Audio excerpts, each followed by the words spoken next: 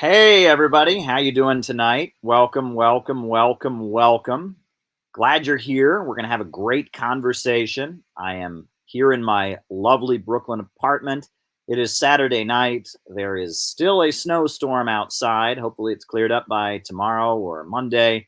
But yes, we are staying indoors here in New York and it's freezing cold, but we are having a great, lovely January weekend. So hit the like button, hit the subscribe button, hit the notifications bell. Always a pleasure. We're about to go live. We're just now going live on Rockfin. Wow, this is great. So hit the like button, hit the subscribe button, hit the notifications bell. We are on Facebook, we are on YouTube, and we are on Rockfin. It is awesome. Hit the like button, hit the subscribe button, hit the notifications bell. Plenty of unnamed water beverage. We're going to have a great little conversation tonight. Lately, we've been focusing on current events, but tonight we get to step back and talk about ideology and politics and history and all that fun stuff a little bit later. So that'll be fun. So the way this works, for those of you who are familiar with it, is that I give my opening remarks, after which then we do the roll call, where I call you all out as I see you, names and locations, names and locations. I call you out as I see you, names and locations. And then after that, then I answer your super chat questions for the rest of the night. So if there's something you want me to comment on, shoot me a super chat. I would love to talk about it. And we now type the super chats. I don't click my pen, click, click, click, click, click. Instead, I type my super chats. That's how it works because we're doing this from StreamYard app. We're on Rockfin. Battle of Seattle, when the anarchists did good work. That is a very, very good question, Chase, and I'm happy to answer it. All right, we'll type it on here. Battle of Seattle, anarchists doing good work. Question mark. Very good question about U.S. political history. Some 1999 Gen X radical history. If there's anything else you want me to talk about, just shoot me a super chat. I'll be writing the super chats down. I'll be typing them rather for the second half of the show, and that's how it works. So welcome everybody. So glad to have you here with us. I just a couple announcements. I'm gonna do I'm gonna do my opening remarks, and I'm gonna start out my opening remarks by I just want to go over a couple things that have happened that I think are worth commenting on. People love to talk about internet drama. I don't, right? I really don't like to talk about internet drama. I don't. However, because of the fact that that we are on the internet, and because of the fact that a lot of people like to talk about it, and because this is social media, I mean, we're on various streaming platforms right now. Because of that, I figured, okay, we will talk a little bit, just a little bit, about internet drama. First item that I wanted to get out of the way about internet drama is that I had a Twitter exchange, a back and forth argument with Richard Spencer. Do folks know who Richard Spencer is?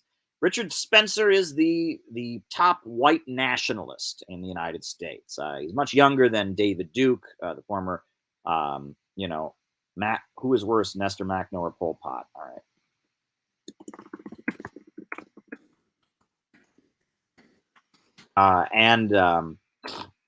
He's a white supremacist, white nationalist, he's like David Duke. He's just not as old, and he's a rich kid who's kind of made a career for himself by being edgy. You listen to him talk, everything he says is like this because he's totally rebelling against his parents by being a neo-Nazi, and he talks like this. Yeah, it's like he can't speak in a normal voice.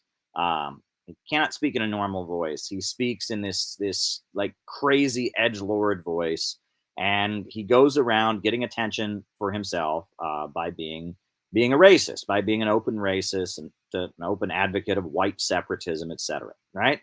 And I'm Richard Spencer, and I am a racist. I love the white race. Don't you? I mean, this is seriously how he talks. Like, it's like comedy. It is like the stupidest thing I've ever seen.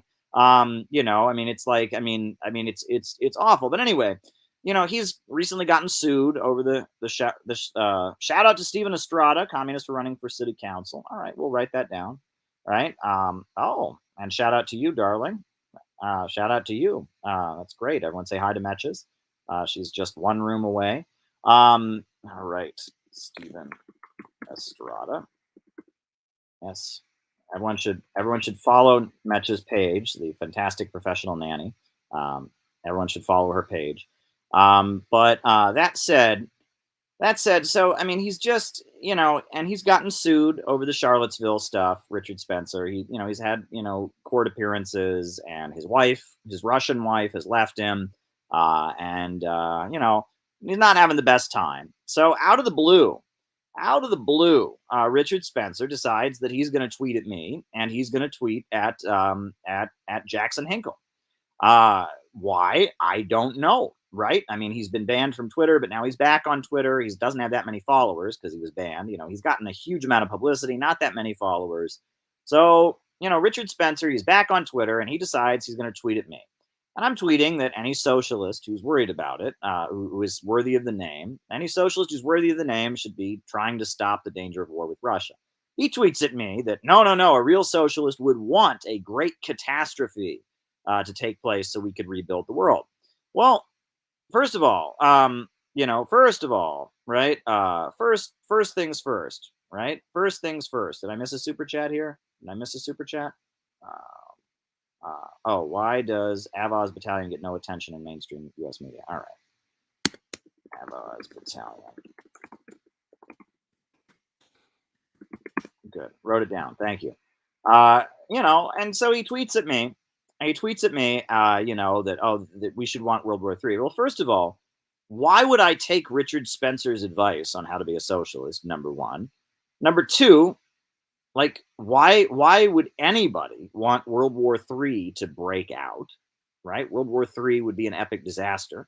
And so I tweeted back at him. I called him a racist fool. And I said he doesn't care about working people who have to go die in wars, white or non-white. That's what I said. Now, generally, when you're calling someone a racist fool, and you're saying that they don't care about working families, be they white or non-white, that is generally not an endorsement of the person. Can we agree on that? Now, is there any disagreement about this? That if someone calls you a racist fool, are they your buddy? Are they your friend? No. If someone calls you a racist fool and says you do not care about working families, be they white or non-white, are they endorsing you politically? Are they agreeing with you? Obviously not. However, it has now been reported all across the hateful woke Twitter that I had a, quote, cordial conversation with Richard Spencer. Now, this is the memo that's been sent out. All of these hateful wokesters, all these synthetic leftists, now interpreted me calling Richard Spencer a racist fool. Number one, accusing him of not caring about working people. They say that somehow proves I am on his team. Now, if you want to talk about dishonest people, if you want to talk about liars, if you want to talk about people who are dishonest, despicable, lying people, this is what they are. And you have to do something. I'm not talking to the haters right now. I'm not going to convince the haters. I'm talking to you. Yes, you, the person watching this right now. You have to make a decision. Are you going to listen to people that just make up anything to go after me? They will say anything. They have no interest in telling the truth. They have a record of getting things wrong, of making things up, of saying utterly false things. They claim my dad was a Wall Street billionaire. What else do they claim? They claim that I don't know. I've heard so many things, right? Now you have to make a decision. Are you going to keep giving these people a chance or not? And what you need to do is the next time one of these jokers comes up and says, "Oh, he had a cordial exchange with Richard Spencer," you need to just block their ass. Just block their ass. Just hit that block button. There's nothing good that can come out of these people's mouths. There's nothing good, right? There's an old expression It's kind of a crude expression. But people say, that if you throw enough crap at the wall, eventually some of it will stick. And I mean, cops use this, right? I have zero comprehend, yeah. Thank you, Joe. But this is what prosecutors do, right? And this is how the legal system in the United States works. They don't prosecute crimes; they prosecute people, right? They did this. They've done this to all kinds of people. When the government wants to go after somebody, maybe it's a communist, an anti-imperialist. They did this to Lyndon LaRouche in the early 1990s. They sit there and they get the person. They don't they don't prosecute a crime. They get a person, and they say, what can we go after this person with? And they sit there and they make up anything. And they say, oh, he walked his dog and he crossed the street wrong. All right, criminal jaywalking. All right, he talked to his friend while he was walking the dog. Conspiracy to commit criminal jaywalking. Oh, he talked to somebody who looked like they could have been from another country. Espionage. And they sit there and they make up, hundreds of charges against the person, right? And then it goes before the judge, and the judge says, okay, talking to somebody who might be from a foreign country, not espionage, dismissed. Okay, walking your dog is not, criminal, jaywalking, dismissed. Oh, what is it? Talking to somebody about walking your dog is not conspiracy to commit jaywalking, dismissed.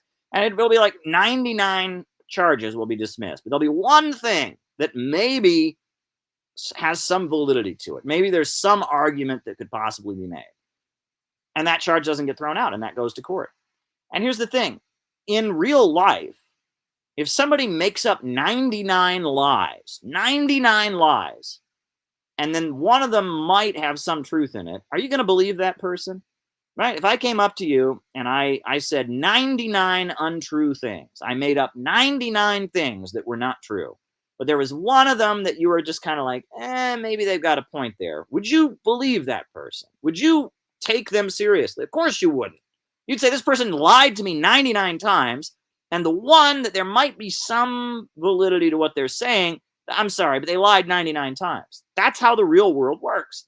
That is not how cancel culture works. The way cancel culture works is they make up so much crap, and and that's the thing, right?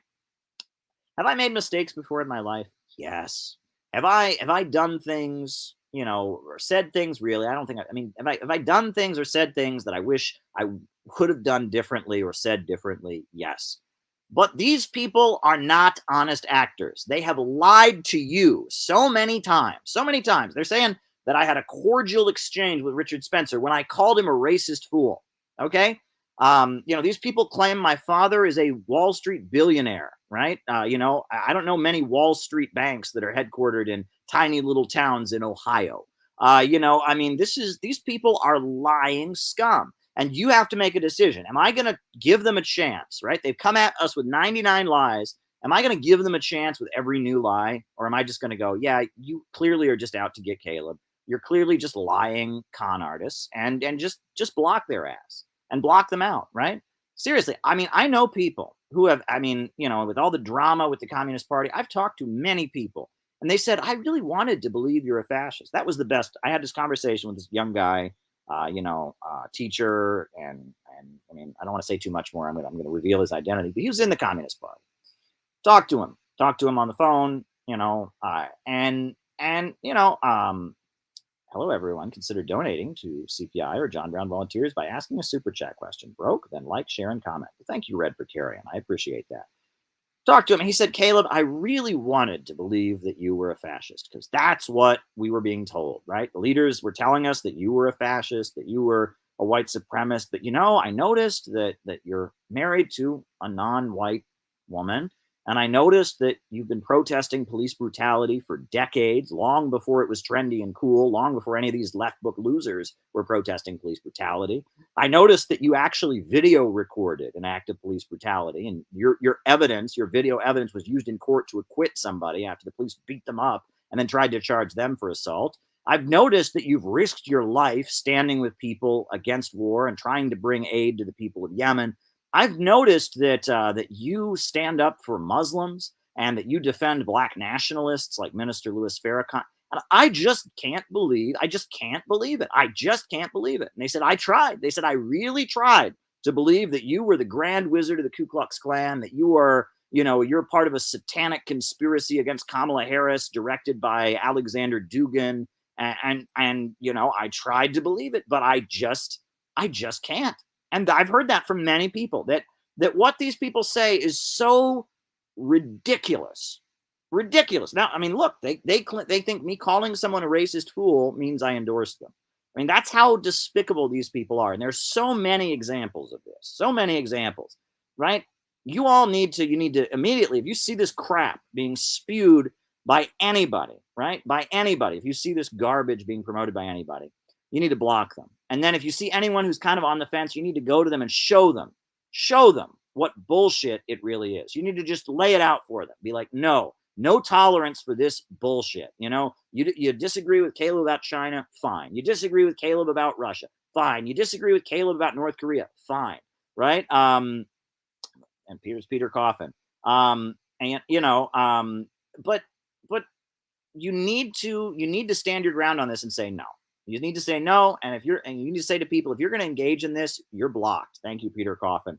Peter Coffin is amazing, by the way, and they've gone after him just as viciously as they've gone after me. His new book on cancel culture, I've got it right here, by the way. I've read some of it on the train on the way to work.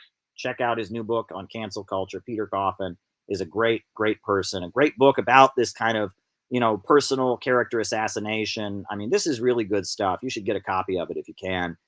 You know, really good stuff. You know, we're going to have it on the literature table at Center for Political Innovation events, I think, you know, because this is a Marxist analysis. Peter Coffin is a Marxist, and we're going to have this book available because it's worth reading. You really ought to. I didn't know about what the Pope said, and a lot of the interesting stuff in here I wasn't aware of. So you should really get your hands on this book. But Peter Coffin is great, and we have got to just take a stand against this kind of stupidity, because that's what this is. That's what this is. This is stupidity. This is stupidity, right? And, you know, if they can do it to me, they can do it to anybody, right? And part of the reason they do it is they want to make people afraid.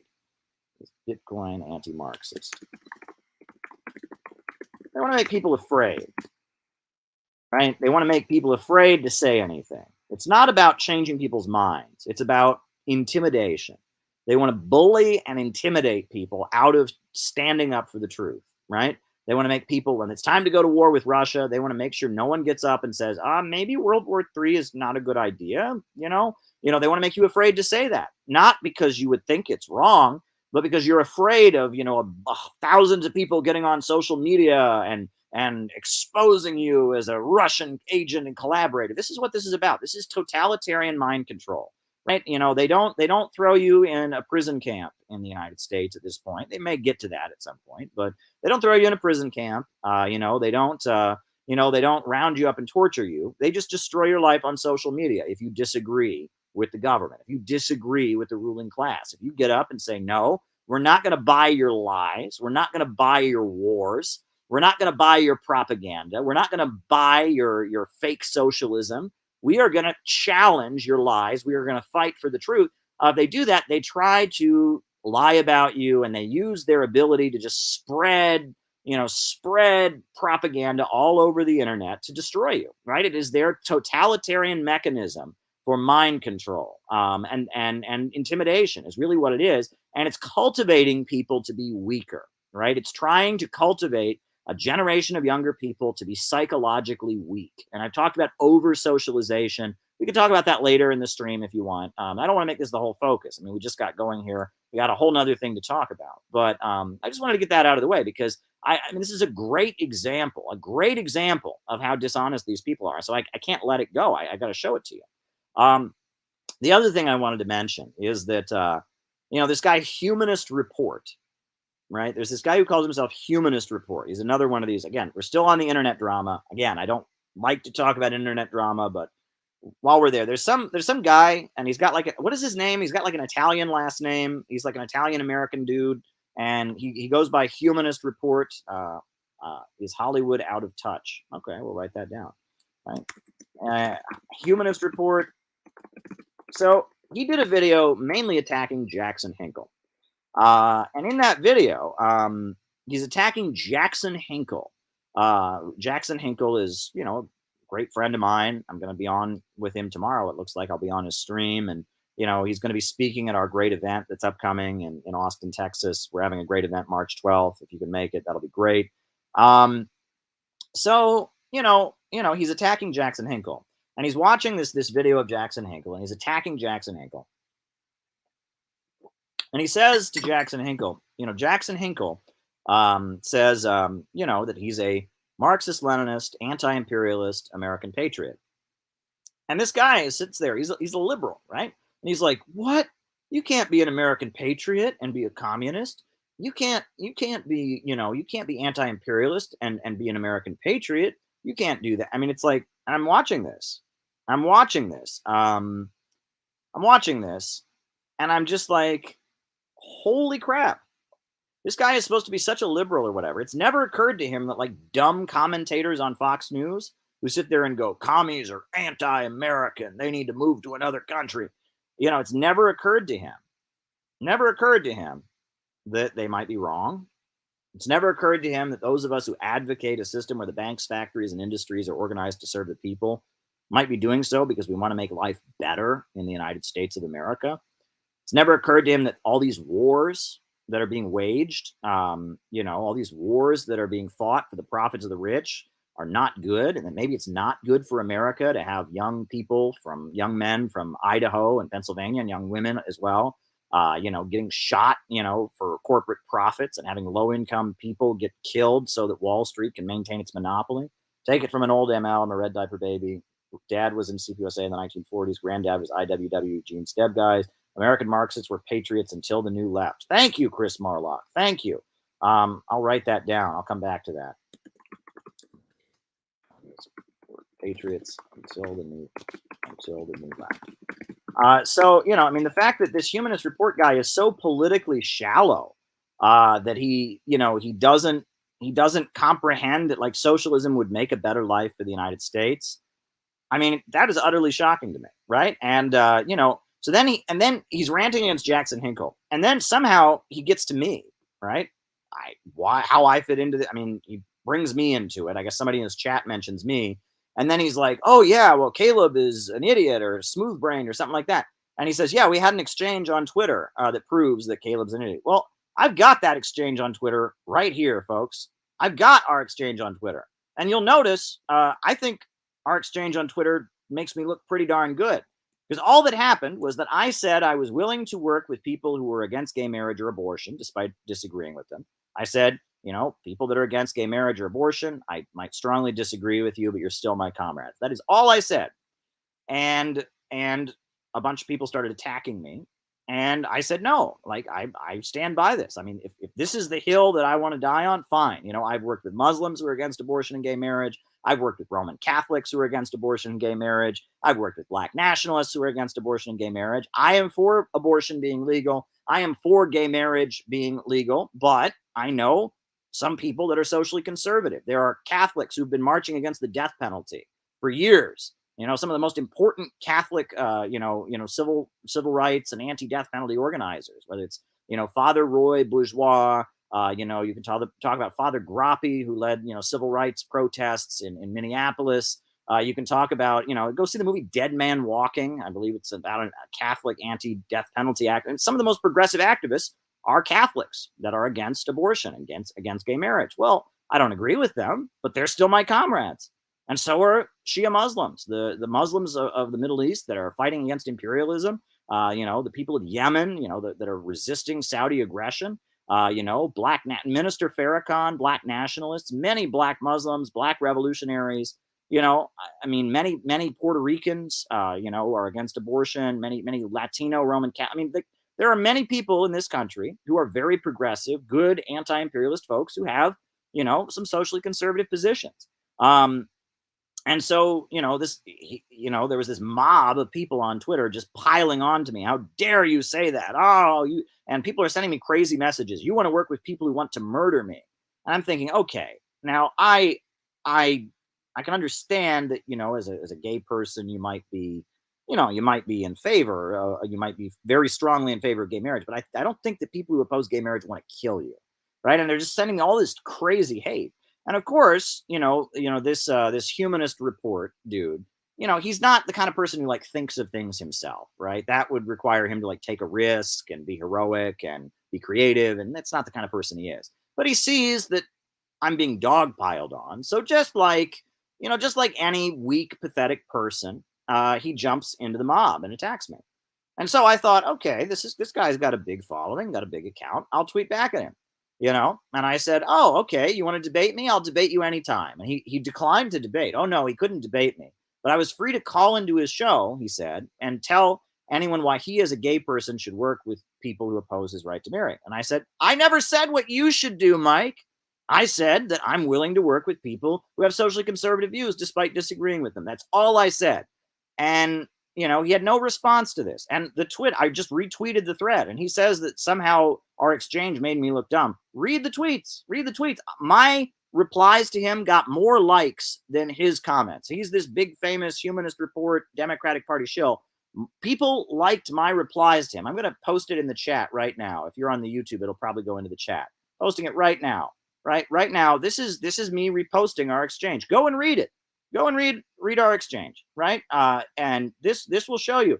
I looked great, and he looked like an idiot. So, my offer to debate, anti-humanist report, Mike, whatever his name is, it stands. I mean, again, people love when you talk about internet drama. I personally don't like talking about internet drama, but I'm, and this really kind of ties into what we want to talk about. And you can thank Char Darling for what I'm going to talk about tonight in the chat. The main focus of my opening remarks tonight is going to be on a certain topic that was brought to my attention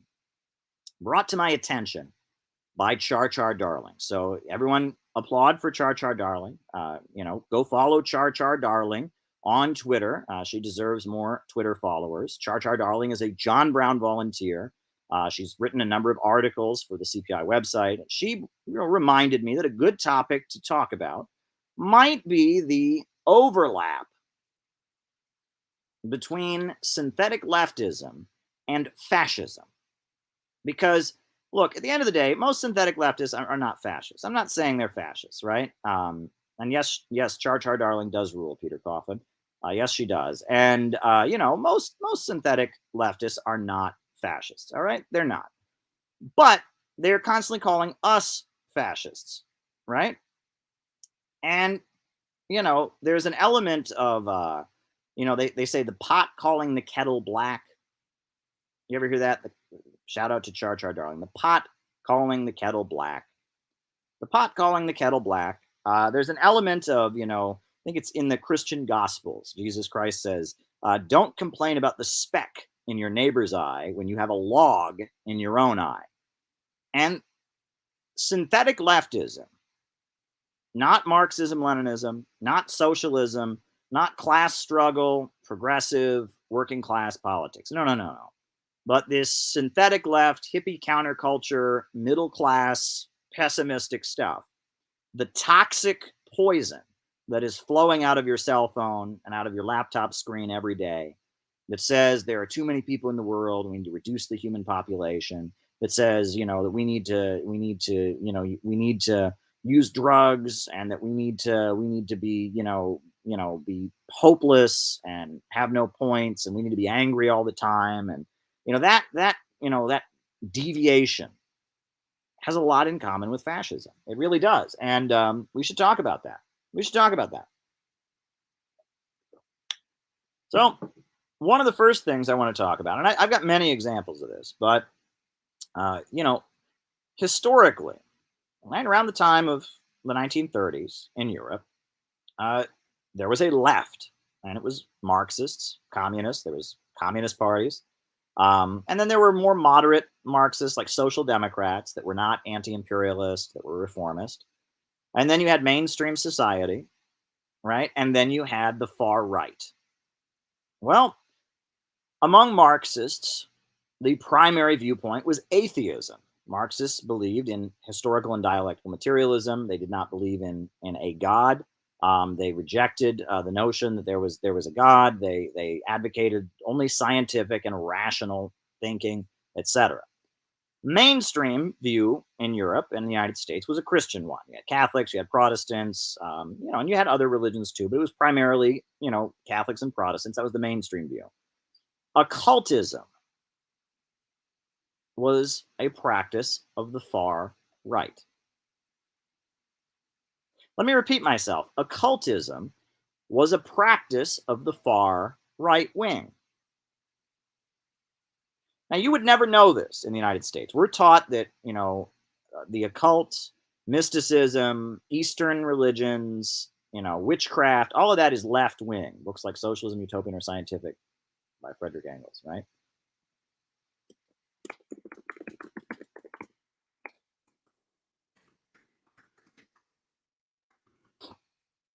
But in the United States, we're taught that Marxism, that Marxism and somehow Marxism and occultism are on the same team. We're both leftists, right? People practicing witchcraft, people engaging in mysticism, people trying to summon spirits and talk to the dead in weird ceremonies.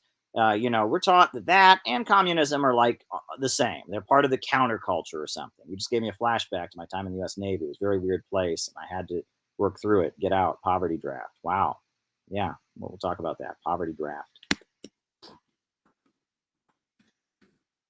But the occult, historically, has been associated with the far right wing. Great example of that.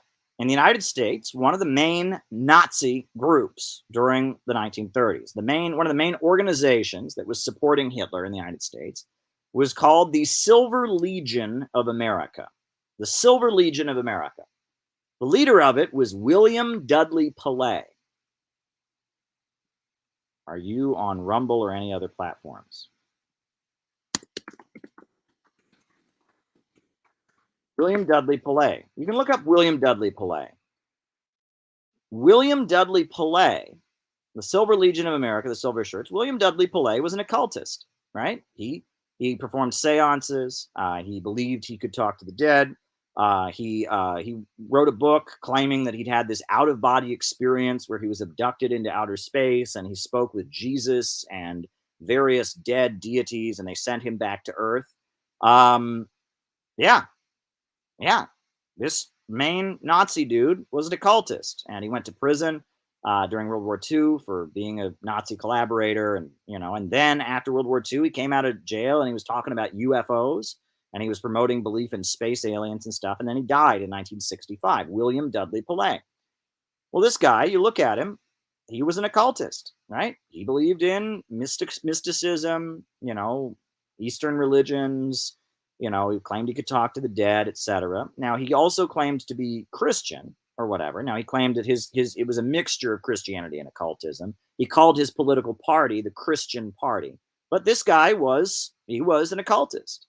Occultism is not left wing, right? I mean, historically, it's not. The Nazis had a particular admiration for Tibet, and that's the crazy. Liberal Hollywood loves Tibet. Right? They love Tibet. They love the Dalai Lama. They hate the Chinese Communist Party. Oh, they made that movie 7 Years in Tibet. Well, the book 7 Years in Tibet is written by a member of Hitler's SS. Heinrich Harrer, who wrote the book 7 Years in Tibet, was an actual SS member. He was a member of Hitler's SS. He was a German SS officer, a member of the German, Secret Service and military. And he was in Tibet, and he wrote this book all about how Tibet was this mystical, beautiful kingdom, and then the evil communists came in there and ruined everything. And that's what Hollywood believes. That's what Richard Gere believes. That's what all these liberal, what's his name? Oh goodness, what's his name? And I can't remember that. All these liberal Hollywood actors who want to free Tibet and they hate China, they hate communism. That's what they believe. Well, the Nazis believed that. The Nazis loved the Dalai Lama. And why did they love the Dalai Lama? Because there were no protests in Tibet, and there were no strikes in Tibet. The Dalai Lama ruled with an iron fist, and anybody who got in the way of the Dalai Lama was crushed. They used reincarnation. This is a big thing, right? the way reincarnation is taught, karma reincarnation is taught in the West, the idea is, if you lead a good life, you live a good life in this life, you're going to reincarnate into somebody who has a more comfortable position. You're going to be rewarded in the next life. But if you do something bad in this life, you're going to be reincarnated as an ant or something like that, right? So lead a good life and you can be reincarnated into a good life. Well, that sounds okay. However, the way that's used in India, the way that's used in Tibet is very different. If you're poor in Tibet under the Dalai Lama, they said, oh, you must have done something bad in your previous life, so you deserve it. And you shouldn't go on strike and you shouldn't protest. But if you're just humble enough, you'll get reincarnated and you'll have a more comfortable position in your life. That's the way it was used. Reincarnation and karma was used to justify the oppression of people. It was argued that you're born into where you're born because that is reward or punishment for what you've done in previous life. And a lot of these things that we associate with Buddhism, right? And there are many different interpretations of Buddhism, right? I'm not bashing the Buddhist religion, right? I mean, there are many different interpretations, right?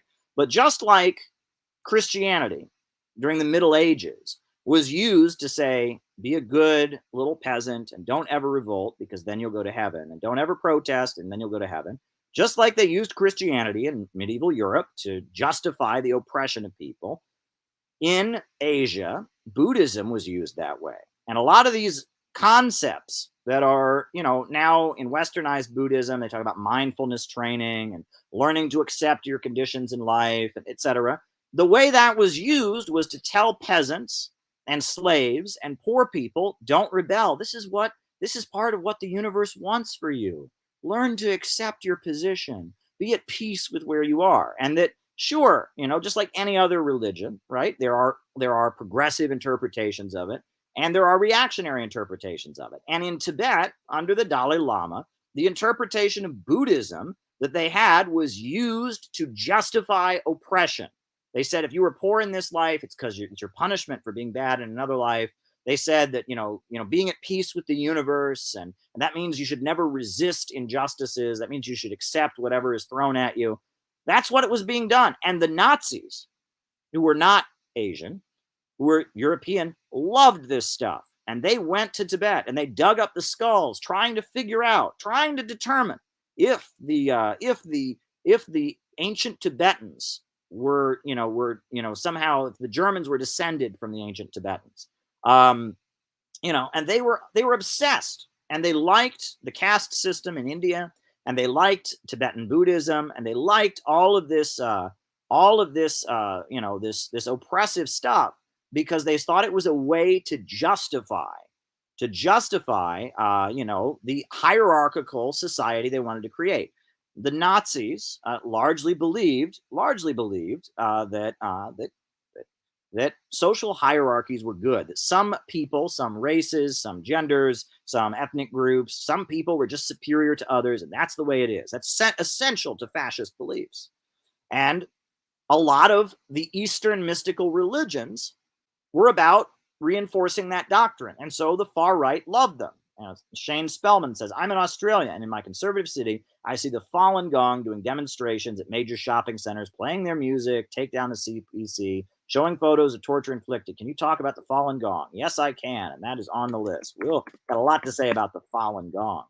But yeah, the far right wing, they were really into this. And it wasn't just the Nazis. It was also the Italian fascists, which brings me to, I have evidence here. Now, I'm going to hold this book up and someone's going to screenshot it and say I'm endorsing this book. Well, if they do that, they're lying. They're lying, right? But, I can't stop them. But this is a fascist book I'm about to hold up. It's called Man Among Ruins by Julius Evola, right? Julius Evola was an Italian fascist, right? And he lived in Italy, and the fascist government newspapers started publishing his writings during the 1920s and 30s. He was an Italian nobleman who was a really far right-wing individual. And he actually, eventually, this book came out after World War II, he denounced fascism for not being right-wing enough. The Nazis and the Italian fascists were not right-wing enough. That was his beliefs. But this book by Julius Evola, an ideologue of Italian fascism, this book, Man Among Ruins, I want you to look at the publisher here. Who publishes this book? You can't make this up. Who's the publisher here? Look at the publisher. Look, see that? Look at the publisher there. It's published by Inner Traditions in Rochester, Vermont. I'm trying to get it in focus there. Inner Traditions in Rochester, Vermont. Go to the website of Inner Traditions. Go to the website of Inner Traditions. Go to the website of Inner Traditions. Oh, wow. So my first camera went out, and now, all right. And we're back. All right, that was interesting. Go to the website of Inner Traditions. Inner Traditions is a publishing company, and it's a company based in Vermont. What does it say here? Now, does this look like a conservative publishing company? No. It is books for the mind, body, and spirit since 1975. Right? What books do they sell? They sell yoga manuals. How to do yoga. And what else do they sell? They sell Your Symphony of Selves, 3 books of occult philosophy. This is a hippy dippy publishing company in Vermont, of all places, in Bernie Sanders land, that sells the writings of Julius Evola. Julius Evola, one of the main ideologues of the far right and Italian fascism. Now, that's who publishes this book. There's not just this book. This is Man Among Ruins by Julius Evola. There's Revolt Against the Modern World by Julius Evola. And if you read Julius Evola's writings, it's what I was just talking about before. He likes Hinduism. He likes Buddhism. He likes ancient Tibet. He's going around the ancient world trying to find what he calls the organic state. And he argues that there's some kind of perfect society where everyone knows their place and everyone is obedient. There's no rebellion. There's a perfect social order. He calls it the organic state. And he's argued that we've gotten away from the organic state and we need to return to the organic state. This is the traditionalist philosophy. And I want to read you, this is just the icing on the cake. So there's a section, there's a chapter in this book. This is a fascist book, mind you. Chapter 6 of his book, Man Among Ruins. Chapter 6 is called Work, the Demonic Nature of the Economy. You see that? Work, the demonic nature of the economy. And this is what it says in the chapter. This is what it says. It has been reported that in a non-European country, which could boast an ancient and rich past, an American company, upon realizing the scarce participation of local inhabitants, who had been hired for a certain project, believed that the right way to motivate them consisted in doubling their pay. The result was the majority of the workers cut their working hours in half, believing that the initial pay was enough to satisfy their natural and normal needs. Those people thought it was absurd to spend more time than necessary to produce their pay. It has also been reported that Renan, after visiting an industrial exposition, left saying, "There are so many things in life that I can do perfectly well without." Compare these two views with Stakhanovism, the economic activism, the civilization of wealth, and the consumer society and its applications. Yeah, Julius Evola is pushing degrowth. He's pushing degrowth. He's saying that these ancient societies were more pure because nobody wanted to work hard and build new things. It wasn't like the Soviet Stakhanovism where people are trying to build and construct and advance and build new things. That when people just are happy with what they have, they don't want to go out and build new things. They don't want to create. They just accept their position in life. That's good. Well, that's what fascists believe.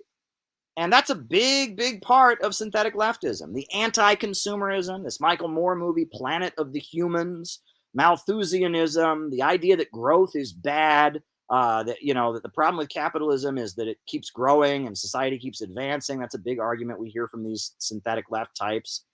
That stuff that I'm describing here, That all is right-wing, right? That's right-wing stuff. The idea there's too many people in the world, we need to reduce the population. The idea people shouldn't work so hard and try to achieve their dreams. The idea that the world isn't getting better, we're headed for a great ecological catastrophe to bring things back into harmony with Mother Earth. All of those are fascist ideas. Those are all fascist ideas. Marxism is a progressive ideology.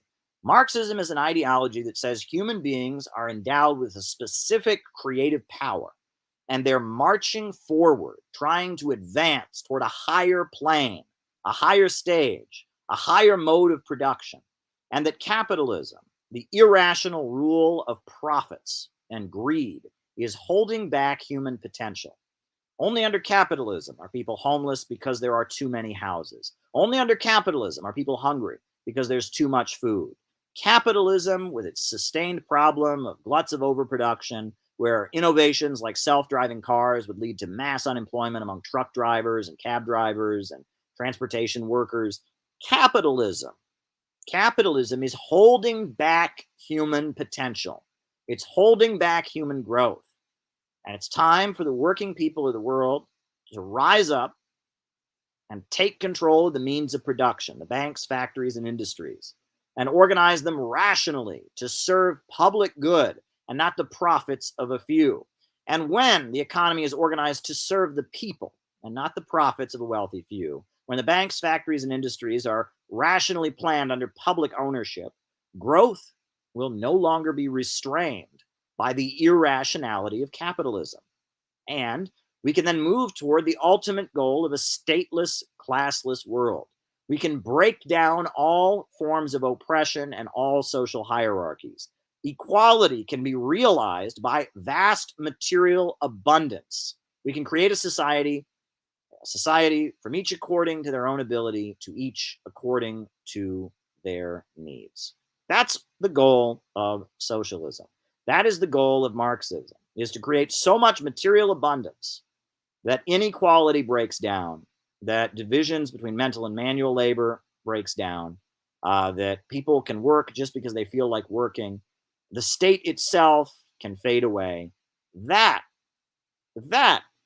is the goal of socialism, right? That is fundamentally progressive.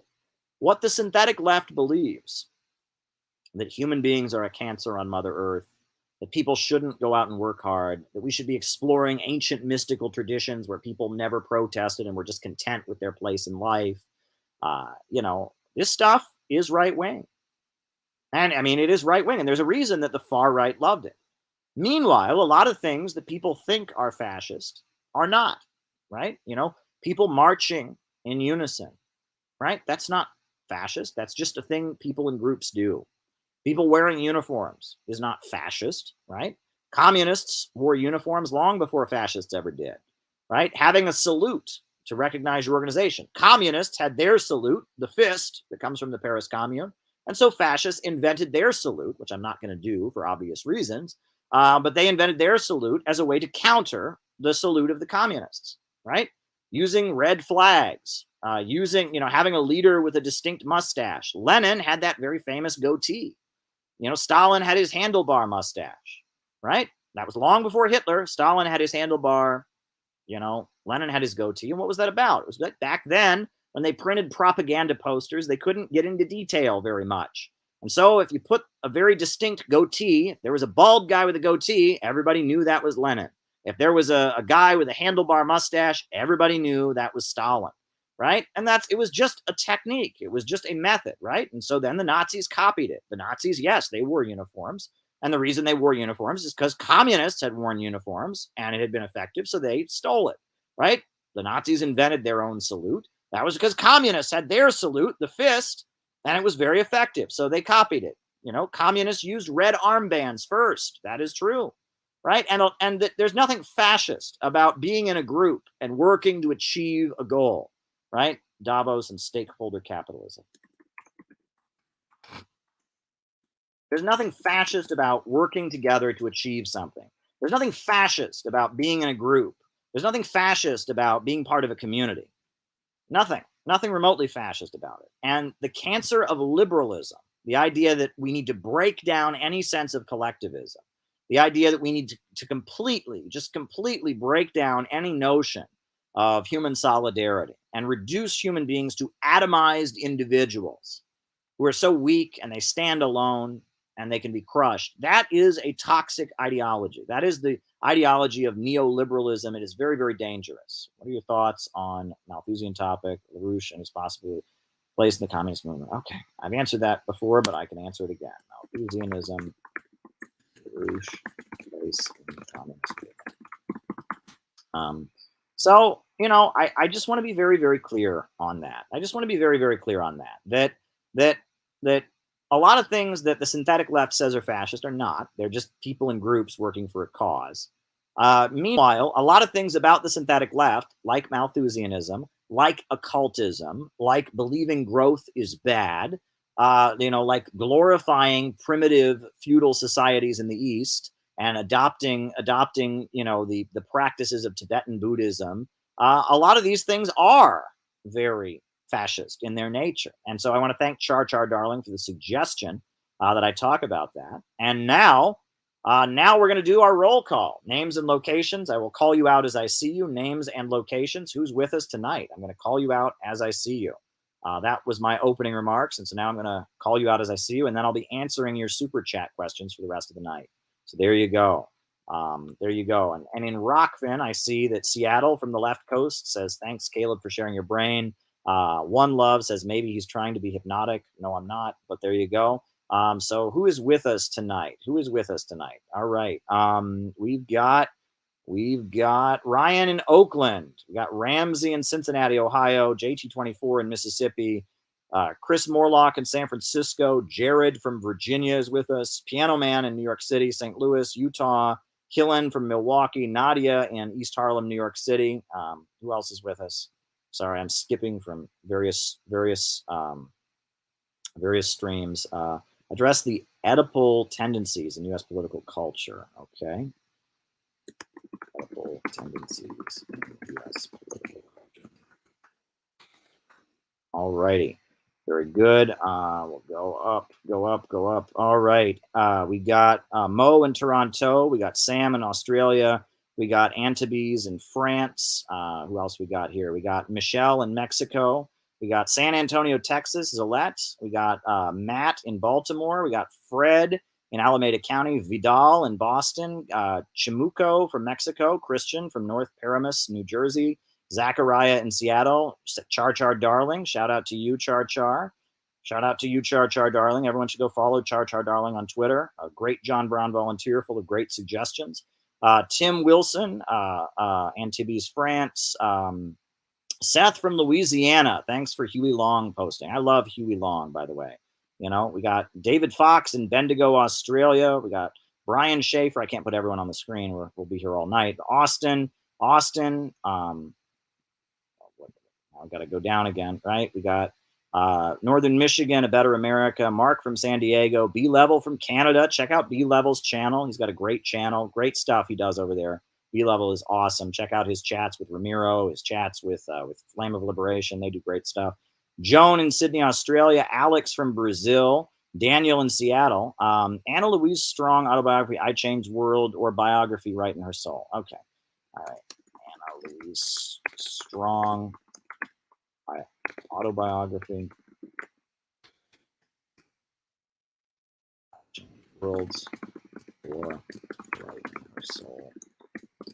All right, writing it down. Thank you for that super chat. I love Anna Louise Strong, by the way. She is amazing. Anna Louise Strong is great. We got Jamie in St. Paul, Minnesota. Shout out to you, Jamie. Robert in the Aloha State.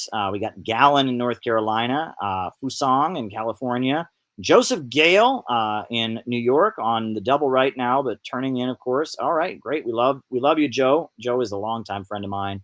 Rees from Adelaide, Australia, Northern Michigan, Westchester County, New York, Mark from San Diego, Sydney, Australia, Alex from Brazil, Zane from Sacramento, Lockport, New York, Daniel in Seattle, stocking shelves at Walmart, solidarity with you Walmart workers, Glasgow, Big Sore, San Antonio, Texas, Patrick from Rhode Island, Dario from Brooklyn, shout out to you, Dario, Quinn and Meredith in Washington, Capitalist Hell World USA, Austin in Massachusetts, Akron, Ohio, Nathaniel in Washington.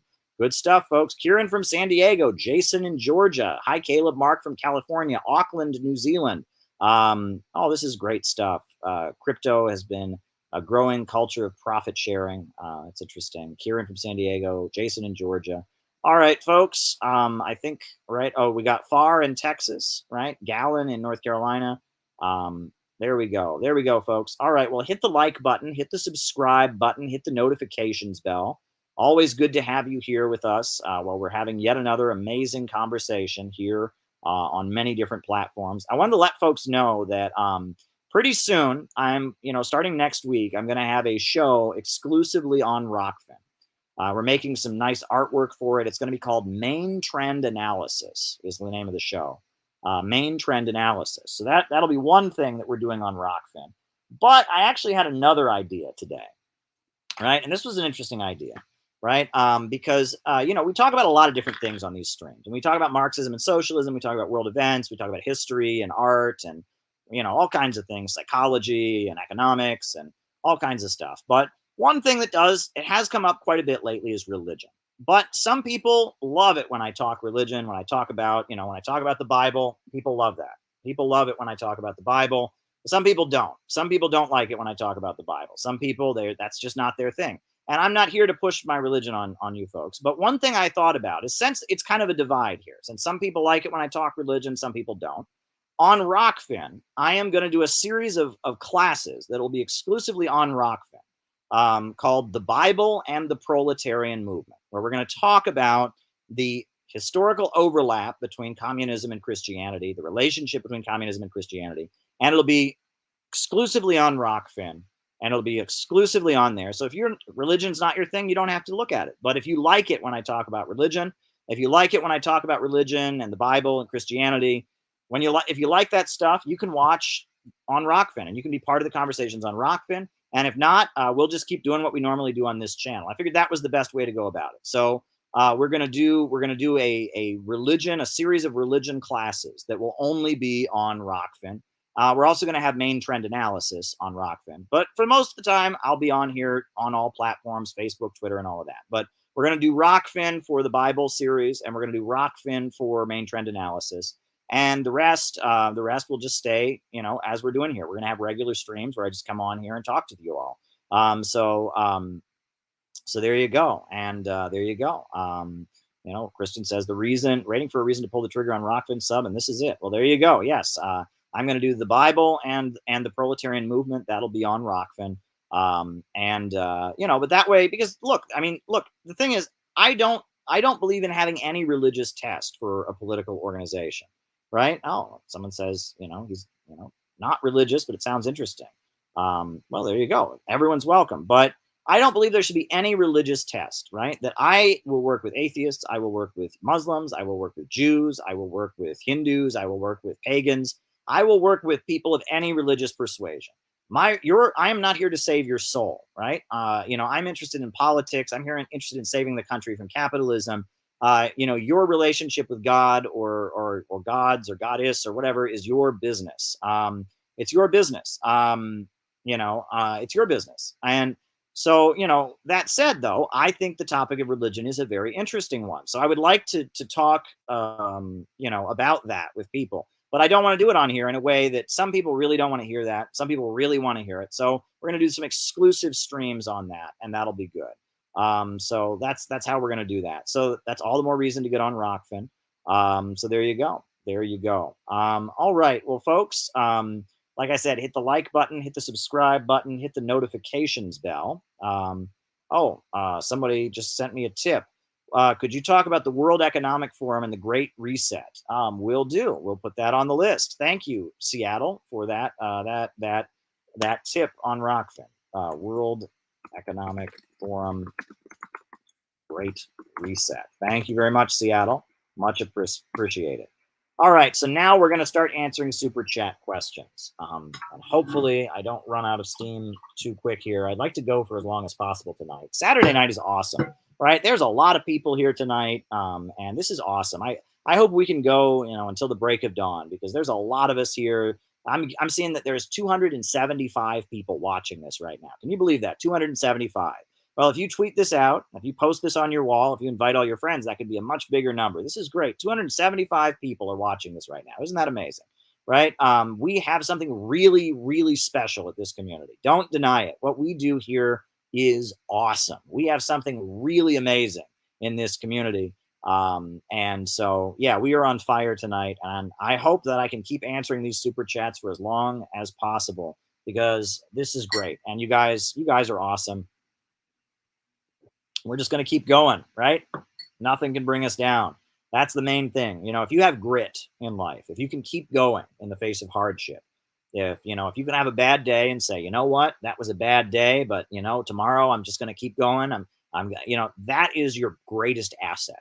If you can have grit, if you can grit your teeth and just keep going, you can be very successful in life. You may not achieve everything you want to achieve. I'm not an idealist. I don't say you can do anything if you just try hard enough. There are some things you can't do. But if you have the ability to just keep going, if you have drive, if you have the ability to push through, you can achieve great things in life. And that is a very important attribute. I want more people to have grit. I want more people to make sacrifices. I don't want more people to be able to endure. Look, when I was a kid, I was a long distance runner. I was in 7th and 8th grade. I ran cross country, and I was not a very good runner. Honestly. I'm just not an athlete. I'm not a natural athlete. My body, my whole family, I'm not descended from natural athletes, but I was decent on the cross country team. I could get like 4th place, from my own team, sometimes. And the way that I did it was I learned to endure it. Right. And often at the very end of the race, I would see that finish line coming up, right? The finish line would be 300 yards away, 200 yards away. And I would think, okay, the race is almost over. It was a 2-mile race in cross country when I was in junior high. It was a 2-mile race. And I would see that finish line coming up, and I would think, okay, this race is going to be over pretty soon. Why trashes black nationalism?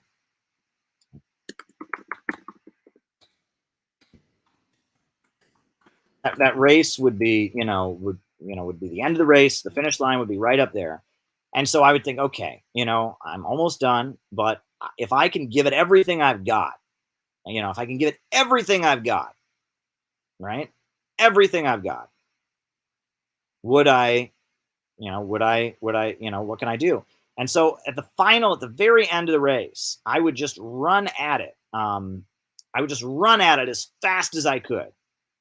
And I would usually pass like 5, 6, 7 people at the very end of the race. And I would just go at it. And you would get this feeling where like all the moisture in your body comes up into your chest. And it would just be like, and you would just give it everything you had.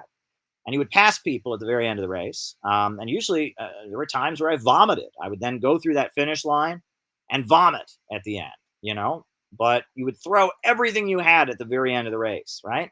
And it's the ability to endure. Right. I think that one of the things that has gotten me the furthest in life, right, has been my ability to endure. I have been in some bad situations, folks. I have been in some very bad situations in my life, but I have pulled through them and I have remained motivated. And that is something that a lot of people struggle with. And I'll just be real. Okay. I am not a doctor. I am not a psychiatrist. So I'm not giving anybody any medical advice here. Talk to a doctor, talk to a psychiatrist, talk to a psychologist. I'm not giving you that advice, but I personally wonder if a lot of the medications they put kids on these days kill their grit. I'll just be real with you. If a kid is in 3rd grade and he's full of energy, they say, oh, he's got ADD, he needs Ritalin. And if the child with Asperger's syndrome, right, who might be not getting well, they give him, oh, okay, we'll give you antipsychotic medicine, right? And that kills these children's grit, right? It kind of takes away their ability to push through, right? It makes them tired. It makes them docile. And I wonder if that's one of the, when they talk about the problems facing the Zoomers and the millennial generation, I wonder if it has to do with these medications that are being handed out that just kind of dope these kids, right? That take energy, that make them tired all the time, that make them hungry all the time, that take away their ability to just go, grit, and the ability to push through hardship is one of the most important attributes you can have. It's one of the most important attributes you can have. And it's, you know, it's very difficult. And, you know, people who've suffered a lot of trauma in their life, if their parents abused them or their relatives abused them, or they were in a long-term hard situation, it can be very hard to develop the confidence. A lot of it is confidence. You need to develop confidence. And so that's just kind of my thoughts there. I don't know why a wealthy tech entrepreneur wanted to support your movement. Would you be open to it? Yes, but I'll you know, Austin, would you be open to support a tech entrepreneur? You know, all right, wrote it down.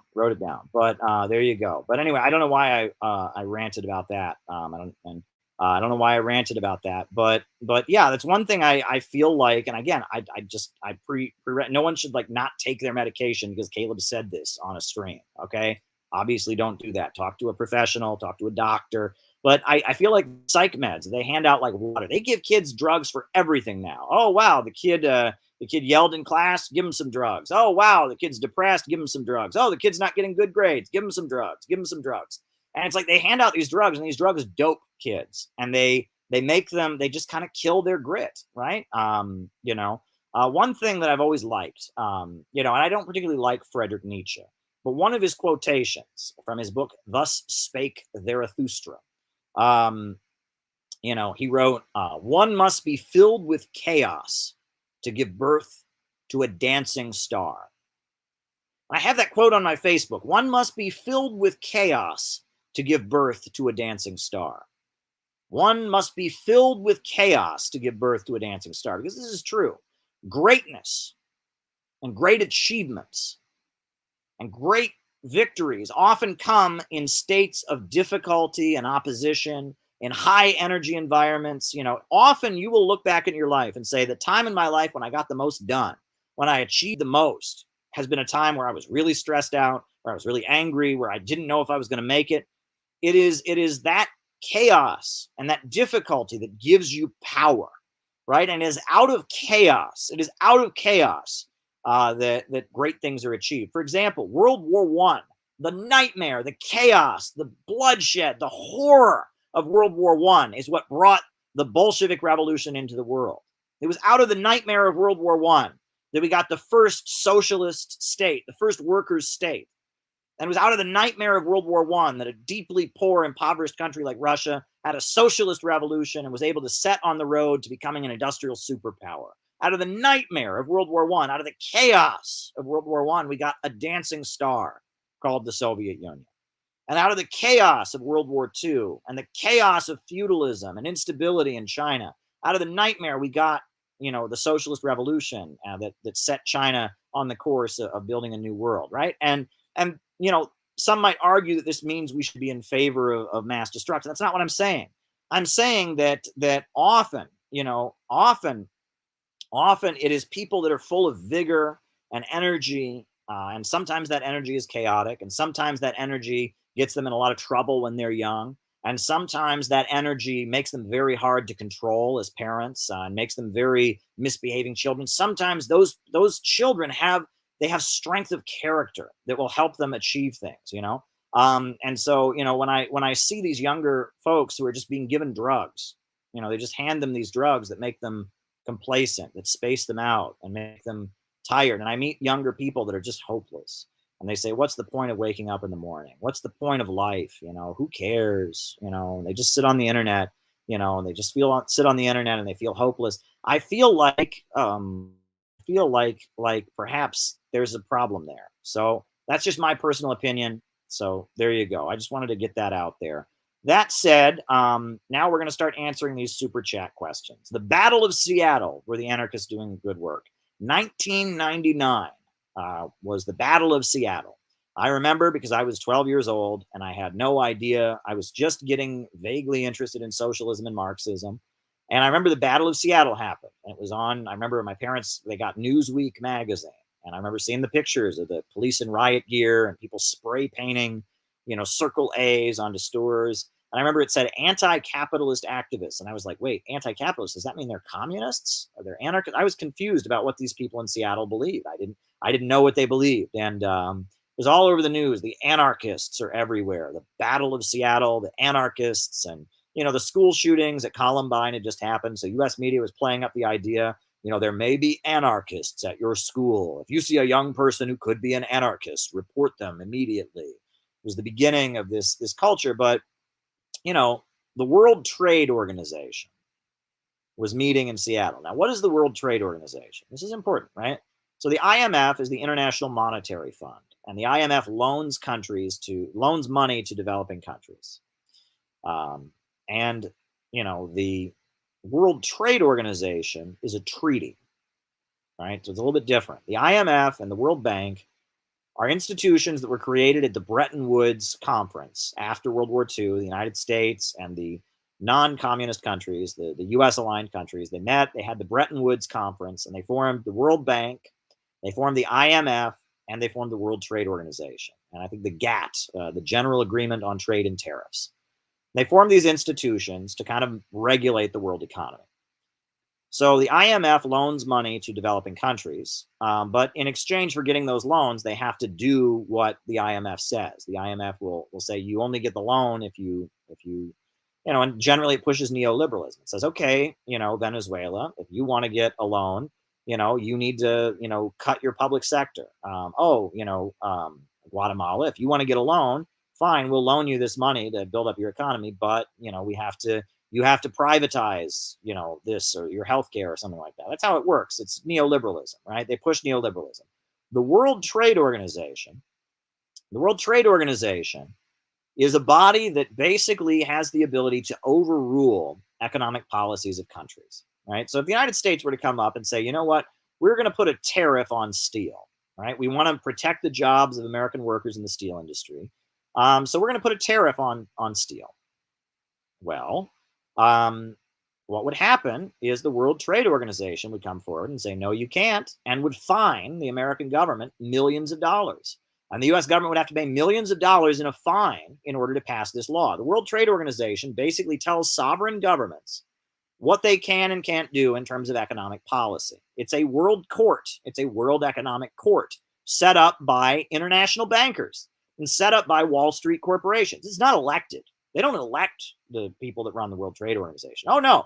These multinational corporations, they appoint people to sit in the World Trade Organization and decide what laws countries can make and what laws countries cannot make. It is a despicable organization. And it is a wing. It's part of the Bretton Woods, thing, right? And basically, these entities appointed by the international bankers overlook policies. If Ecuador wants to, make this regulation or allow this import or this export, or if you do that, the World Trade Organization gets to look it over and overrule it. Now, what's crazy is that, when I scream about international bankers, there's all these people who say that's anti-Semitic, but it's like, no, like the World Trade Organization is real. The World Bank is real. The International Monetary Fund is real. J.P. Morgan Chase is real. I mean, this stuff is real, right? And the World Trade Organization, the WTO, is a real group. And they were meeting in Seattle. And the AFL-CIO, which is a labor union, it's the big labor union federation in the United States, had a protest against the World Trade Organization. It was a peaceful demonstration of labor unionists protesting, saying that, there should be, the USA should be allowed to have legislation to protect American workers. Environmentalists came out and they pointed out that a lot of countries want to pass environmental laws, but the World Trade Organization would step in and block their environmental laws. So there were a lot of environmentalists who dressed up like turtles and got arrested and stuff like that.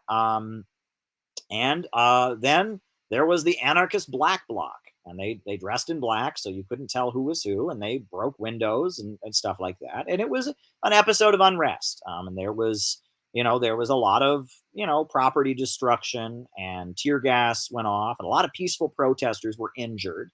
It was called the Battle of Seattle in 1999.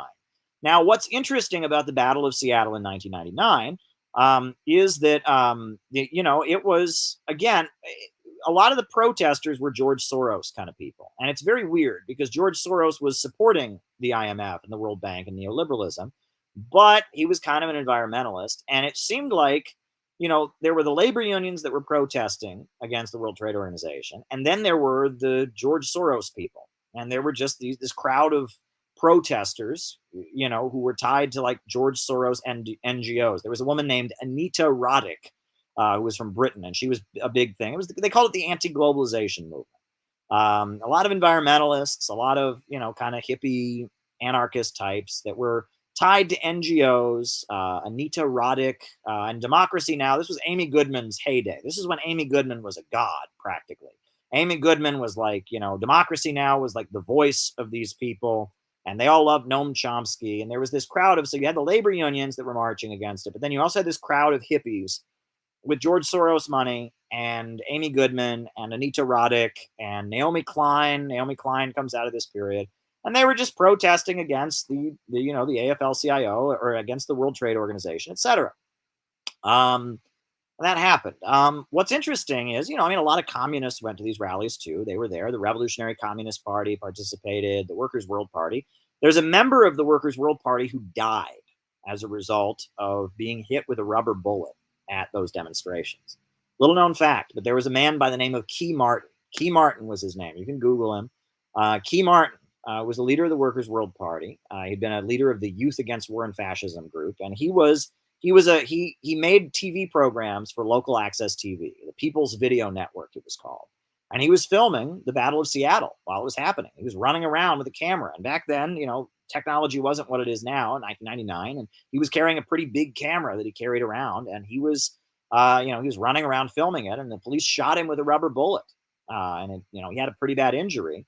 And he had blood clots for the following year, and he died a year later. Now, he didn't die directly as a result of getting hit with the rubber bullet, but that injury that he sustained from the rubber bullet, combined with the blood clots that he had for the following year, it actually killed him.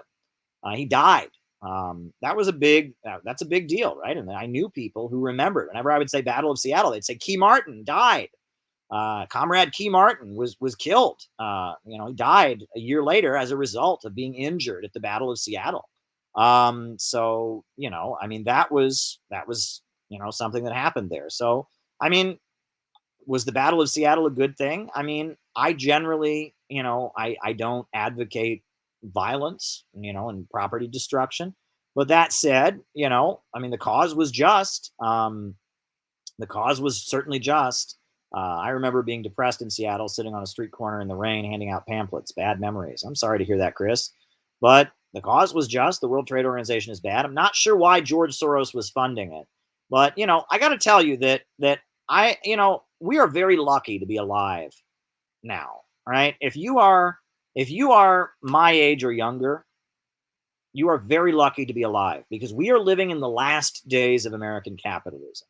William Z. Foster and Gus Hall and Huey Newton and, Bobby Seale and Fred Hampton would kill to be in our shoes because we are living in the period where American capitalism will actually come down, right? We're living in a pre-revolutionary period where Western capitalism is collapsing, where Eurasia is rising.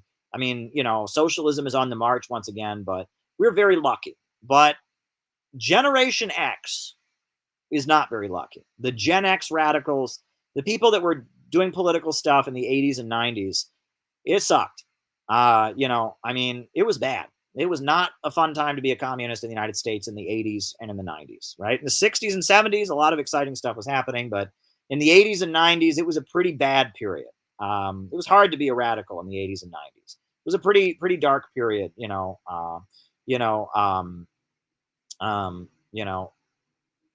was a pretty dark period. That was the time when, the Soviet Union fell. That was the time when neoliberalism was on the march, and the world seemed to be going in the opposite direction.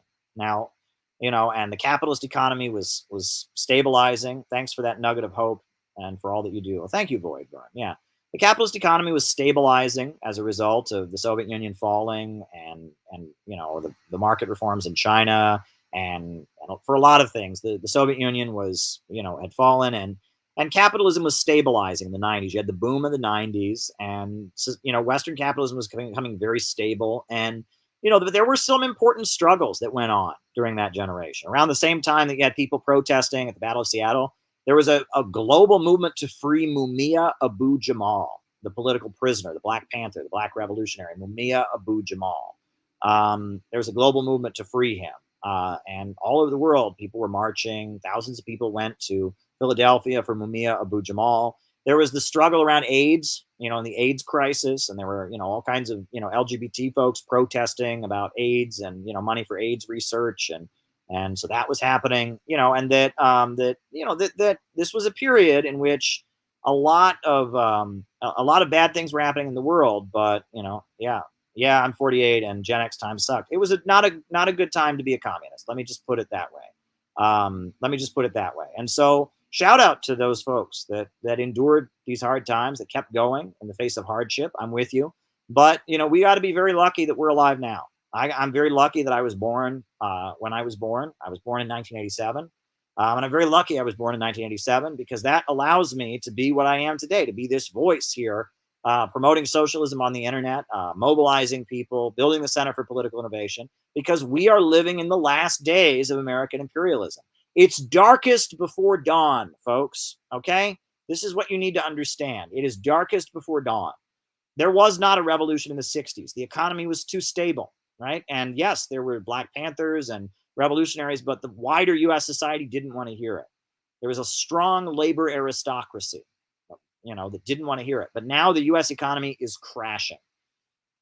And meanwhile, in the 80s and 90s, the Soviet Union was falling and communism was in retreat. But now Bolivarian socialism is rising in Latin America. China is rising as a socialist alternative to American imperialism. Everybody is acknowledging that capitalism is in a state of failure. The kind of things that, libertarians, the way they talk used to be mainstream. It used to be everyone talked that way.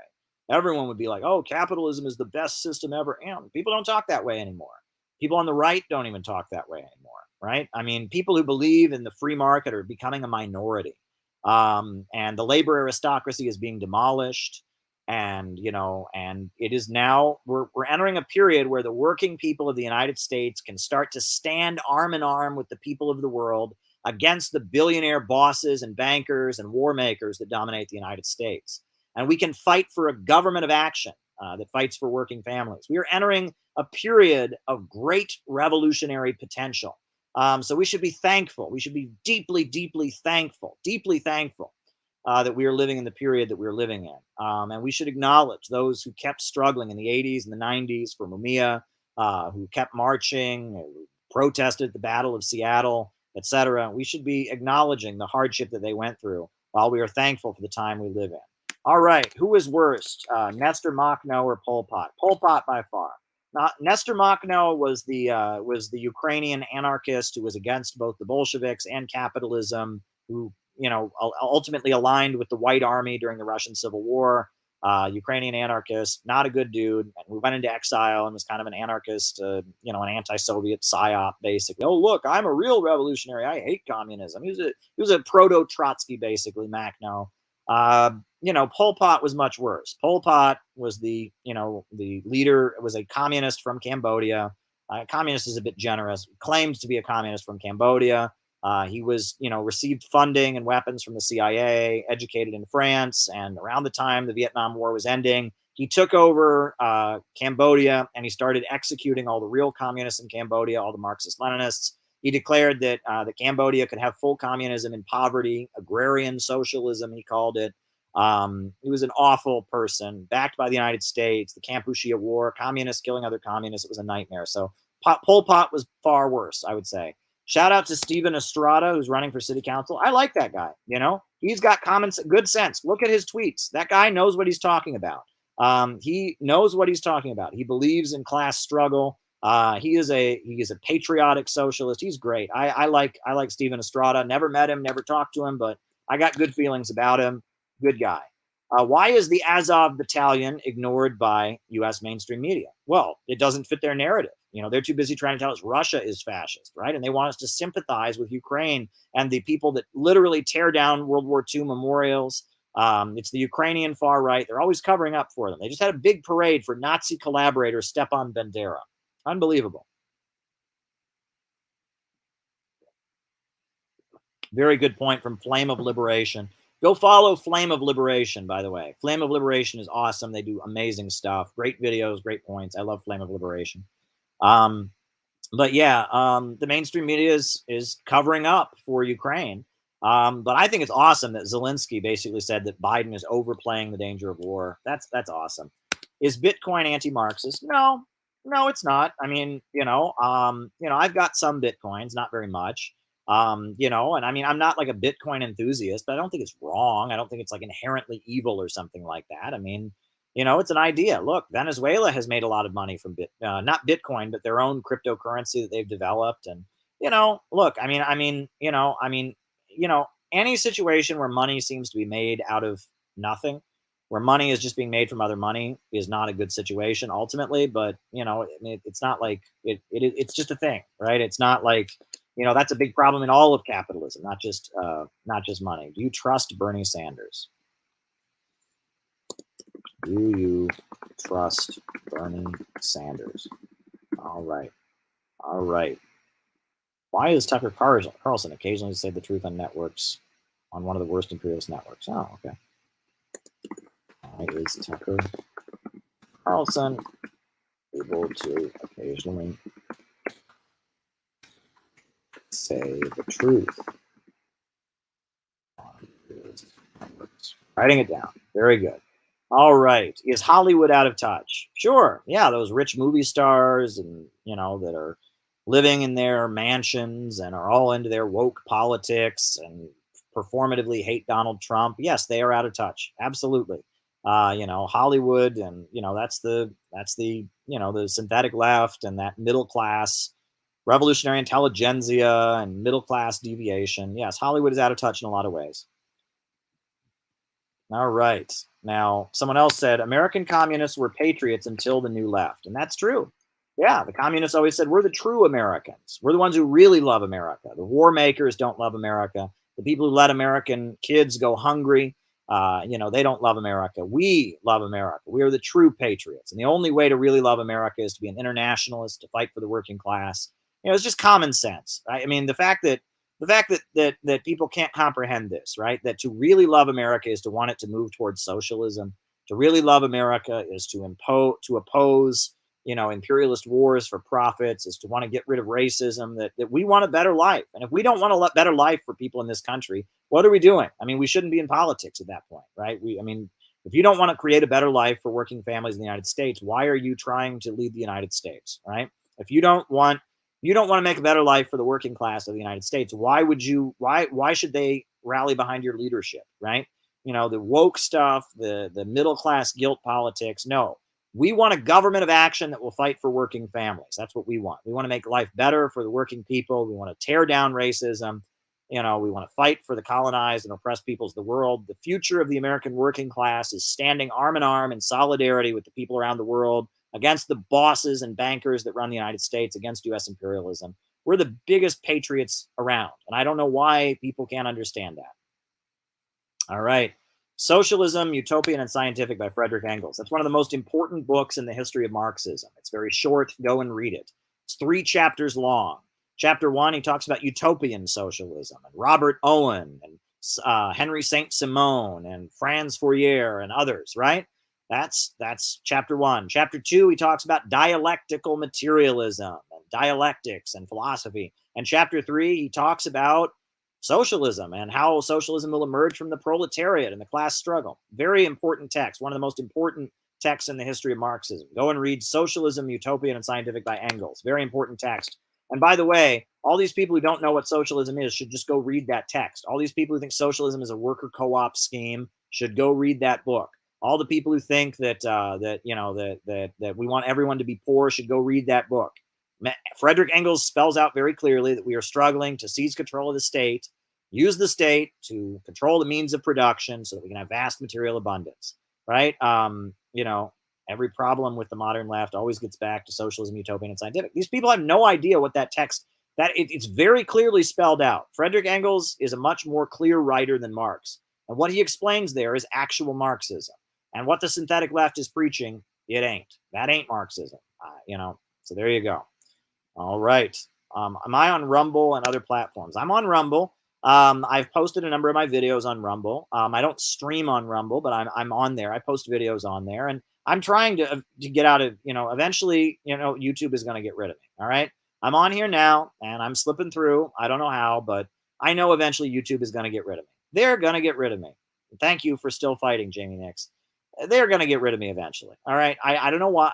I'm slipping through right now. Maybe the government just wants to keep their eye on me. Maybe there's some FBI man sitting there writing down everything I'm saying, hoping I incriminate myself on here or something. But, maybe that's what it is. But eventually they're going to get rid of me on YouTube. Okay. They are. And when that happens, I'm not going away. Like we just talked. I had that whole rant about grit and struggle. I am not going to go away. If the Silicon Valley fascists remove me from YouTube, I'll still be on Rockfin. I'll still be elsewhere. Korean War in a nutshell. I'll still be elsewhere.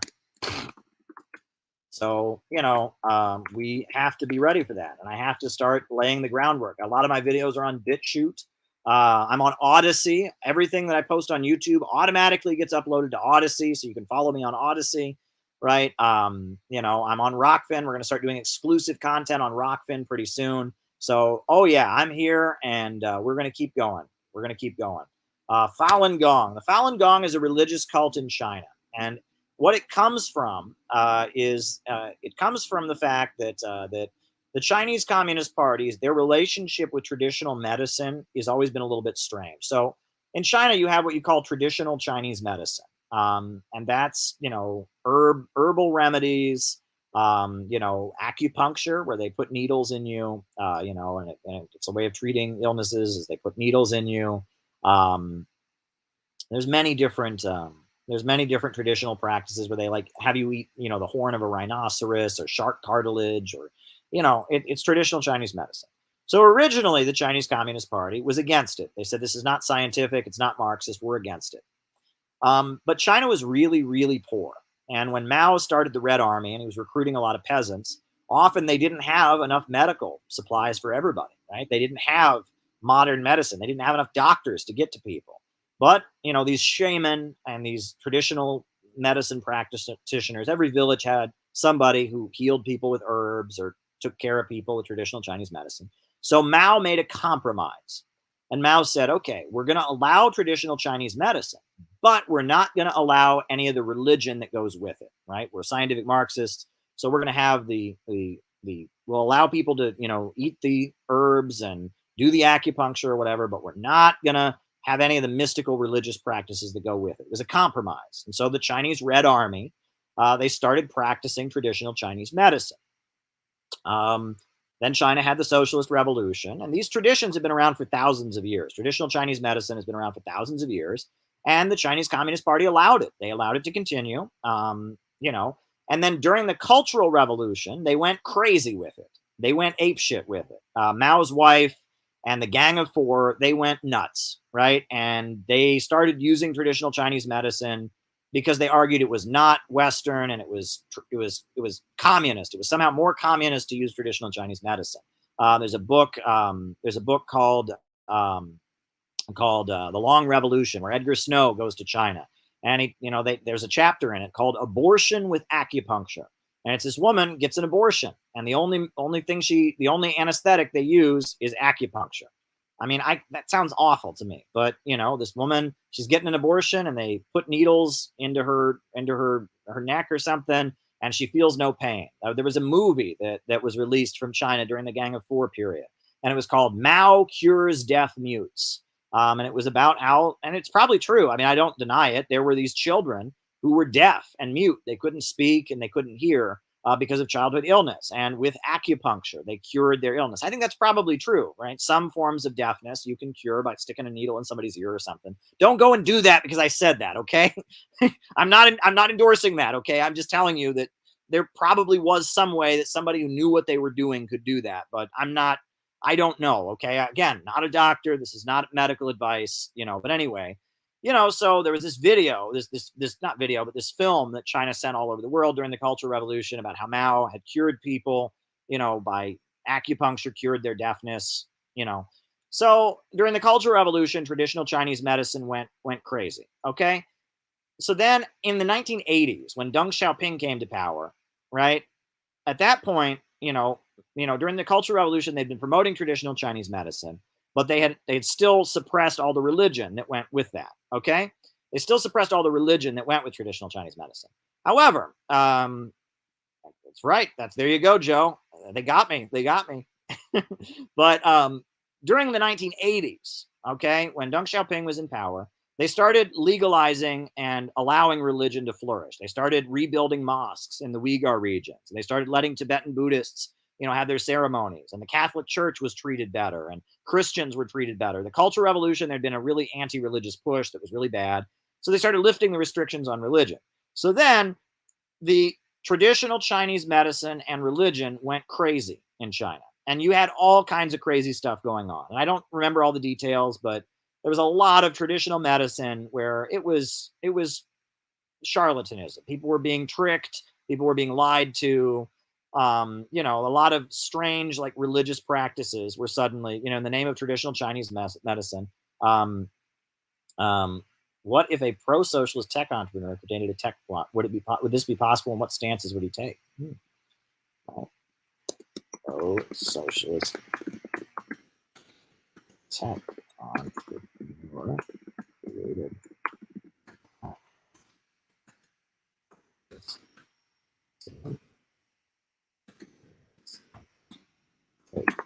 So traditional Chinese medicine and the religious practices that went with it just really blossomed in the 80s. It was everywhere. And there were people doing things that were actually bad for their health. There was all kinds of stuff going on. So the Chinese Communist Party had a meeting. They had a meeting, and they basically decided in, like, the early 80s, the Chinese Communist Party, they decided that they were not going to endorse traditional Chinese medicine. They said, we're reversing the compromise that Mao made. The Chinese Communist Party is now against traditional Chinese medicine. And they are. At this point, the Chinese Communist Party says that they do not believe in traditional Chinese medicine. They believe in science. They believe in modern medicine. And they don't believe in non-scientific practices. If it's not been proven to work scientifically, the Chinese Communist Party doesn't believe it. So this guy, and I'm going to get his name wrong. I'm butchering his name, like Li Hongzi or something like that. This guy was actually like a prominent... Okay. All right.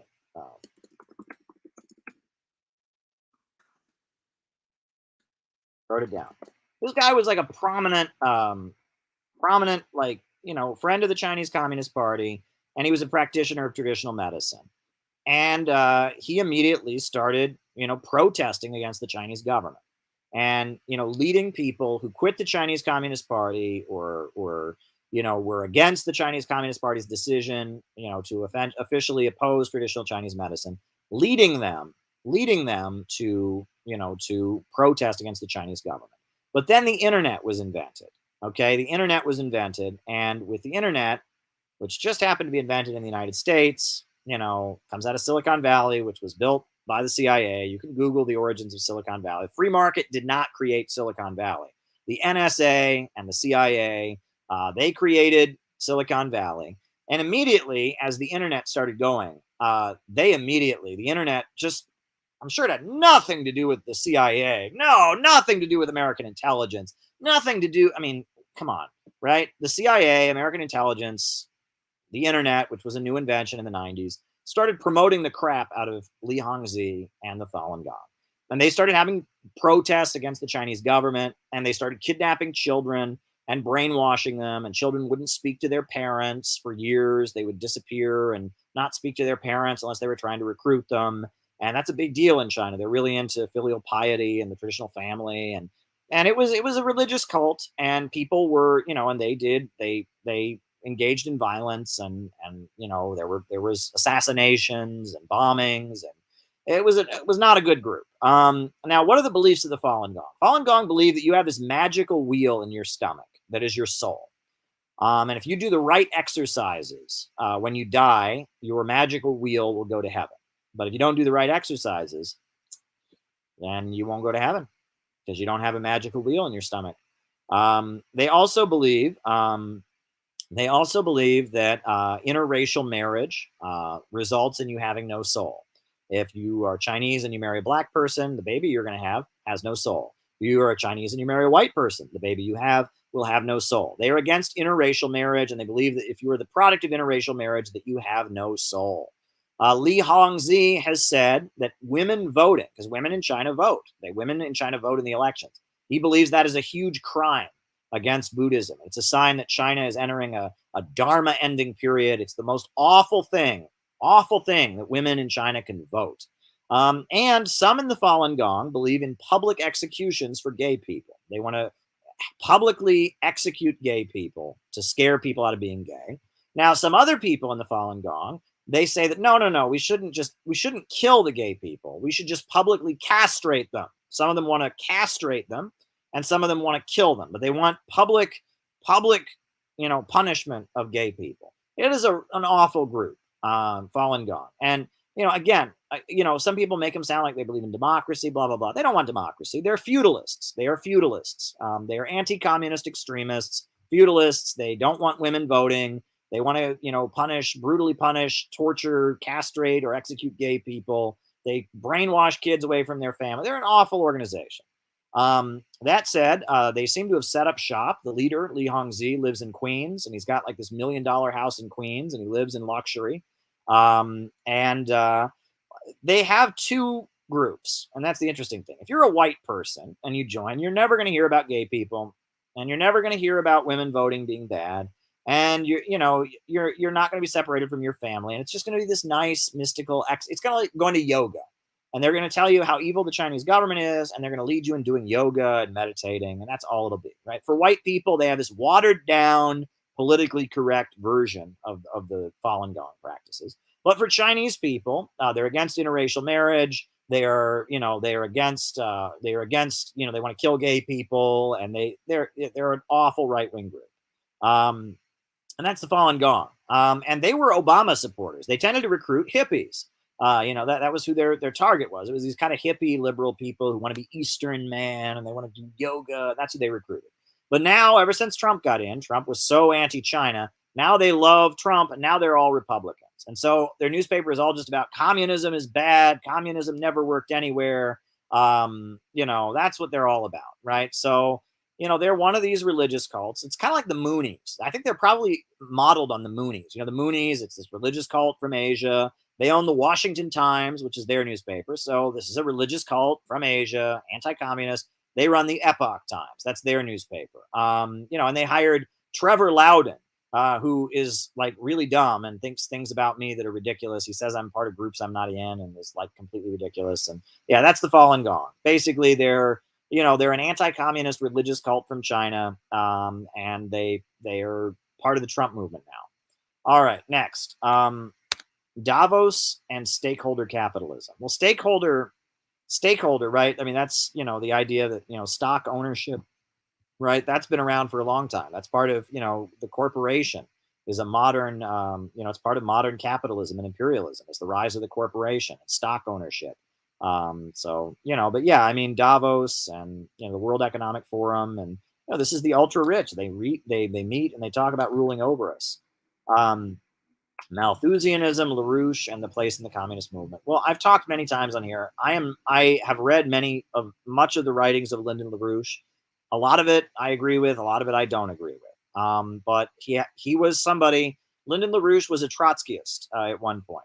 During the 1960s, he was a Trotskyist, and he started teaching classes at the Free University.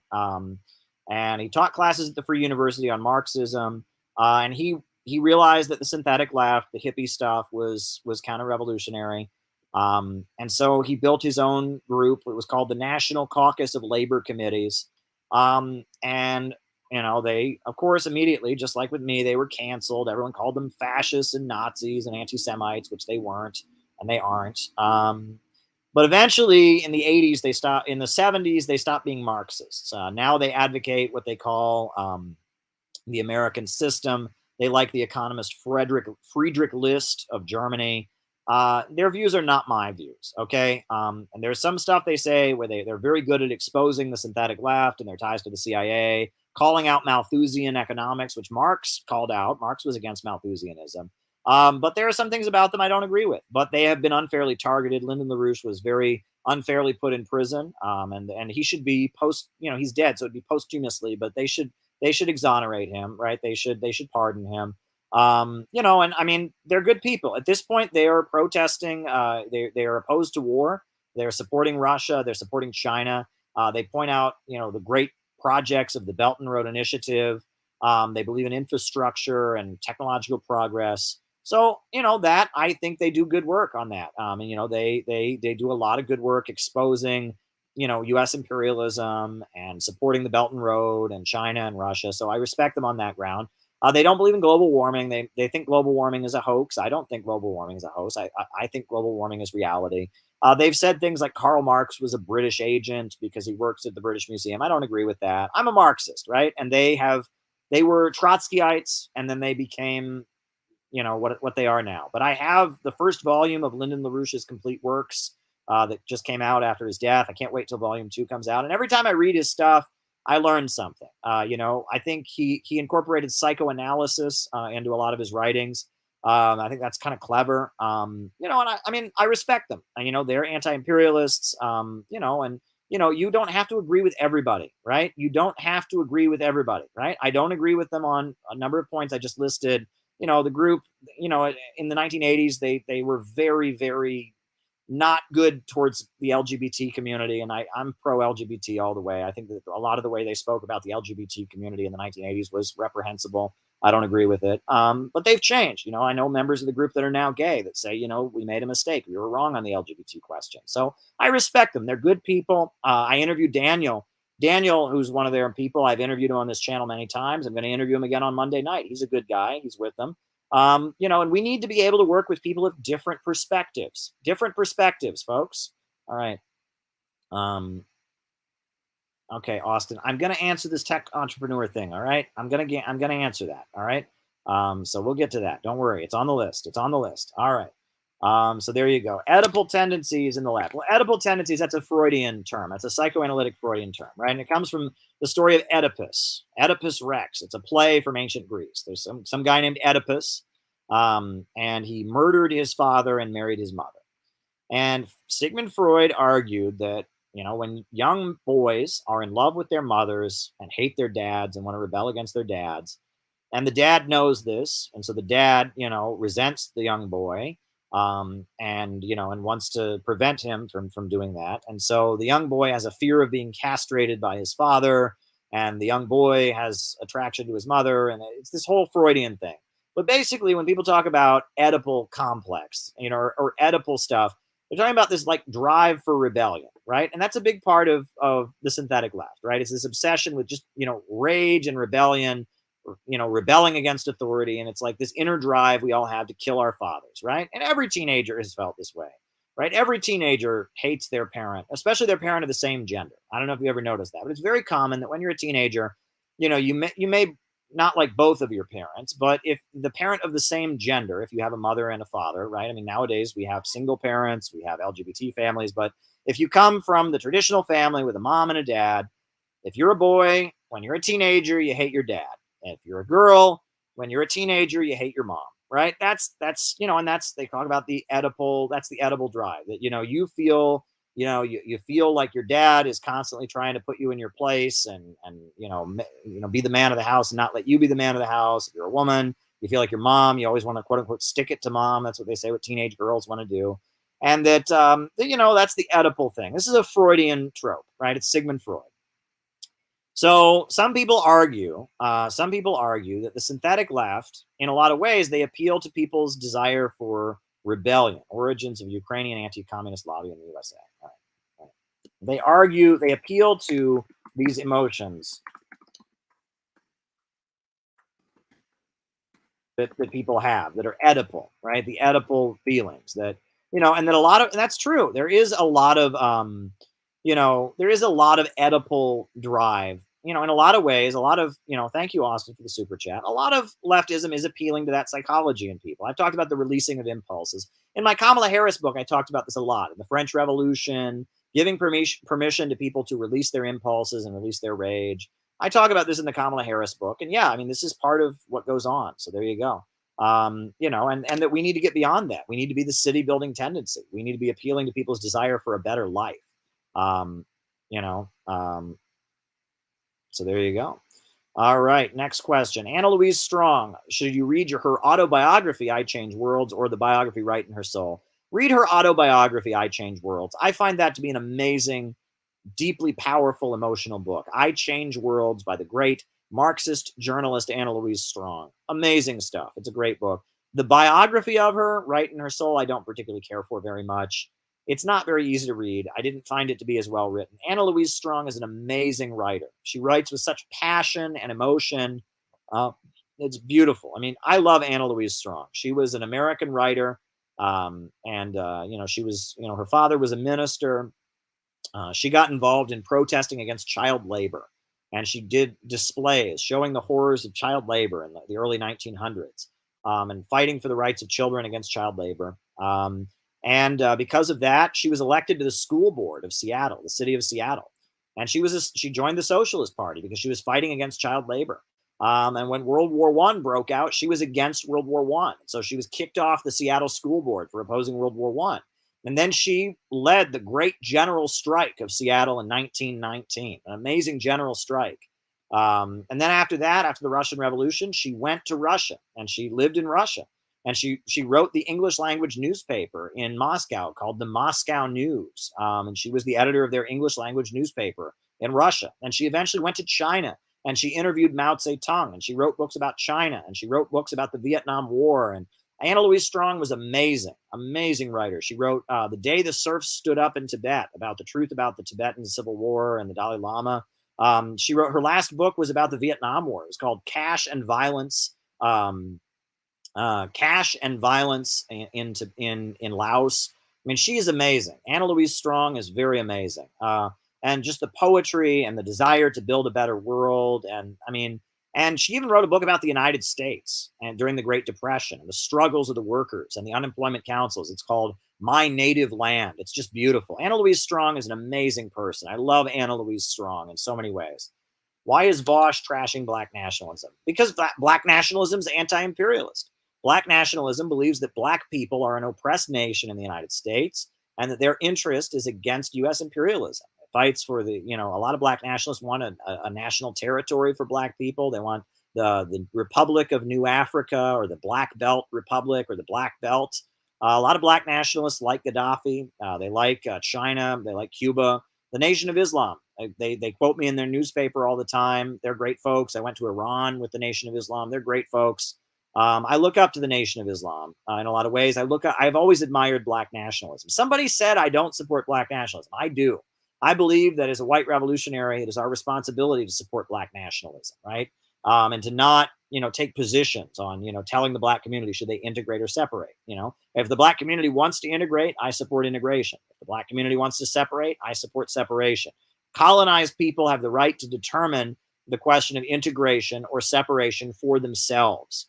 Right. And that is really, really important. You know, you know, and that, yeah, of course, Vosh hates it because he's, you know, and it's so weird. The same person that was saying I don't support black nationalism was also saying that attacking me for supporting Farrakhan. Farrakhan's a black nationalist. In fact, Farrakhan is the top black nationalist in the United States. All these people bash me for supporting Minister Farrakhan. Well, he is the top black nationalist in America. How could I not support Minister Farrakhan? I don't agree with him on a lot of points, but I've seen the work that the Nation of Islam does in the black community. They do amazing work. You know, who was that woman who was disappointed that the Soviet Union was not a sex paradise? That would be the founder of Planned Parenthood, Margaret Sanger. But there you go. But yeah, I mean, I support black nationalism. Absolutely. You know, people say that I don't support indigenous people. No, I've made clear I support indigenous people if they want to have their own territory separate from the United States. I support that. If they want reparations to be paid to them by the American government, I support that. Right. And these people that want to jump on me over the land back thing, I have said over and over and over again, I support reparations and I support indigenous people having their own territory. I don't support George Soros, you know, Silicon Valley funded NGO called Land Back. But if Land Back means that the indigenous people get their own territory, and they want it, right? If they actually want it and it supports that, then I support that. it means reparations to help them, economically develop that territory, I support that. I made a mistake. I shouldn't have come out against land back, because the thing is, land back is a trick, right? There are about 6 different definitions of land back, right? And some of them are things I support, and some of them aren't. And the definition of land back changes 6 times in every fucking argument. And it's so annoying, right? Sometimes land back means you support this NGO that wants to privatize government land. Sometimes supporting land back means you want indigenous people to determine their own destiny. Sometimes supporting land back means that you think indigenous people have the right to their own territory and reparations, which I support. Did you hear me? I support that. Okay? If any oppressed group within U.S. borders wants its own territory, I support that. Okay? So anyone who tells you I don't support oppressed people and their right to their own territory, decolonization, is lying to you. Okay? But sometimes land back means that all white people must leave North America. I don't support that, right? Sometimes land back means that no white, that we're not allowed to march for jobs and education because we're demanding jobs on stolen land. I've heard that before, right? Euro settlers just want more goods. During Occupy Wall Street, people said that we couldn't march at Occupy Wall Street. You just want jobs in modern capitalism. That land is already occupied. There's this whole, you can't argue for anything. Look, if land back is clearly defined as just supporting the sovereignty of indigenous people, supporting reparations to them for the crimes, then I support it. But if land back is deporting all white people, I don't support that. If land back means we're not allowed to protest for economic demands because we have no right to be here because we're living on stolen land, how dare we as white people ever do anything? This is not your land. How dare you? Then I don't support that. The definition of land back changes 6 times in every argument. But the thing is, there's a reason they do this trick. Yes, and free Leonard Peltier. I've marched for Leonard Peltier many times. Free Julian Assange, free Alex Saab, and free Mumia. The reason that they're doing this thing with land back right now, the reason they're doing it, okay, is because the reason there's no clear definition of it is you're not allowed to want one. You just have to support whatever the wokes say, oh, look, a group of people support this. If you don't support it, you're racist. Well, tell me what it is. I mean, do the majority of indigenous people support it? Right? I mean, look, a lot of these wokes, they project their politics onto indigenous people. Yes, there are some indigenous people that do want tribal sovereignty. They want to break away from the United States. They want their own territory. Fine. They want reparations. Fine. And great. I support them. There's some indigenous people that are evangelical Christians. Did you know that? There are a lot of indigenous people who are evangelical Christians. There are a lot of indigenous people who vote Republican. Did you know that? There are Native Americans who vote Republican. There are Native Americans who serve in the U.S. military. A lot of Native Americans fight in the U.S. Armed Forces. So, some NGO gets set up and they say, oh, we're for land back. They won't tell us what it is. And then the definition of it changes about 6 times in every argument. But if I don't immediately throw up my arms and say I support it, then I'm racist. And it's like, no, I'm sick of being hoodwinked. I'm sick of this hoodwink, right? I support indigenous sovereignty. I support reparations for indigenous people. I support their right to their own territory. I've said that over and over and over again, okay? But I don't support this blank check of just, we have to support everything just because somebody on the internet, a bunch of white people on the internet have announced land back. I don't support deporting all white people from the United States. I don't support the idea that we can't protest for health care or jobs because we have no right to anything because we're on stolen land. Shut up, white Euro settler. So again, there are about 6 different definitions of it. And we're not allowed to actually talk about politics. It's this, so you better, there's a mob of wokes that are angry. And if you don't immediately agree with the mob of wokes, canceled. How dare you? You're a racist white man. Shut up. I'm sick of this crap. I'm tired of politics being like this. I want to think, okay? I want to talk about facts. I want to talk about facts. I want to talk about policy. I want to talk about economics. I want to talk about actually things that can get done. I'm tired. Take your woke emotions. I get it. You're mad. You're mad. Okay, you're mad at the world, right? Great. I'm mad about stuff. You're mad about stuff. That's not politics. Being mad is not politics. Your angry emotions, your white guilt, that is not politics, okay? And I'm tired of it. I'm really tired of this woke crap. It has nothing to do with socialism. I mean, did Karl Marx, when he wrote the Communist Manifesto, just wrote, I'm really mad about stuff? You know, no, he didn't write that. He wrote a fucking document that understood history and Marxism and historical progress and dialectics. I mean, come on.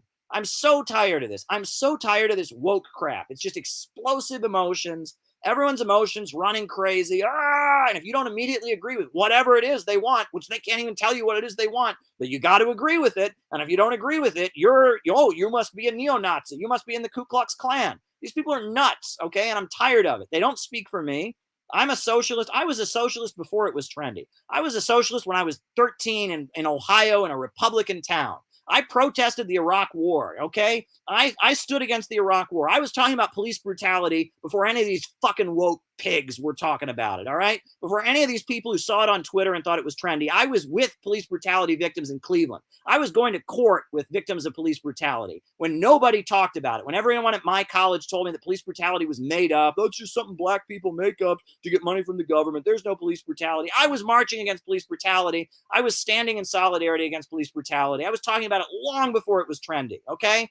And I'm so tired of these wokes. These wokes are disgusting, right? I swear, they only believe in this because it's trendy, because it's popular, because they saw it on CNN. They don't know anything about history. They don't know anything about economics. They're not interested in this stuff. All they care about is fitting in. They want to be part of the crowd and they want to let their emotions run wild. I actually believe in this stuff. You know that, folks? I actually believe in Marxism. I actually believe in socialism. I've read books about it. I've visited socialist countries, okay? I've gotten arrested in demonstrations for this. I've risked my life trying to bring aid to the people in Yemen. And these people, these stupid 14-year-old teenagers who get on there and you're racist because you wave an American flag. You're not decolonism. I'm more revolutionary than you, even though I sit on my computer and do nothing. Shut the fuck up, kid. Just shut the fuck up. I don't want to hear it. Seriously, I'm in this for real. All right, if we're going to actually win this thing, we got to get to average Americans. And we're not going to do it by making average Americans hate us, by making average Americans think we're their enemies, by telling average Americans, our goal is to tear up your homeland with a civil war.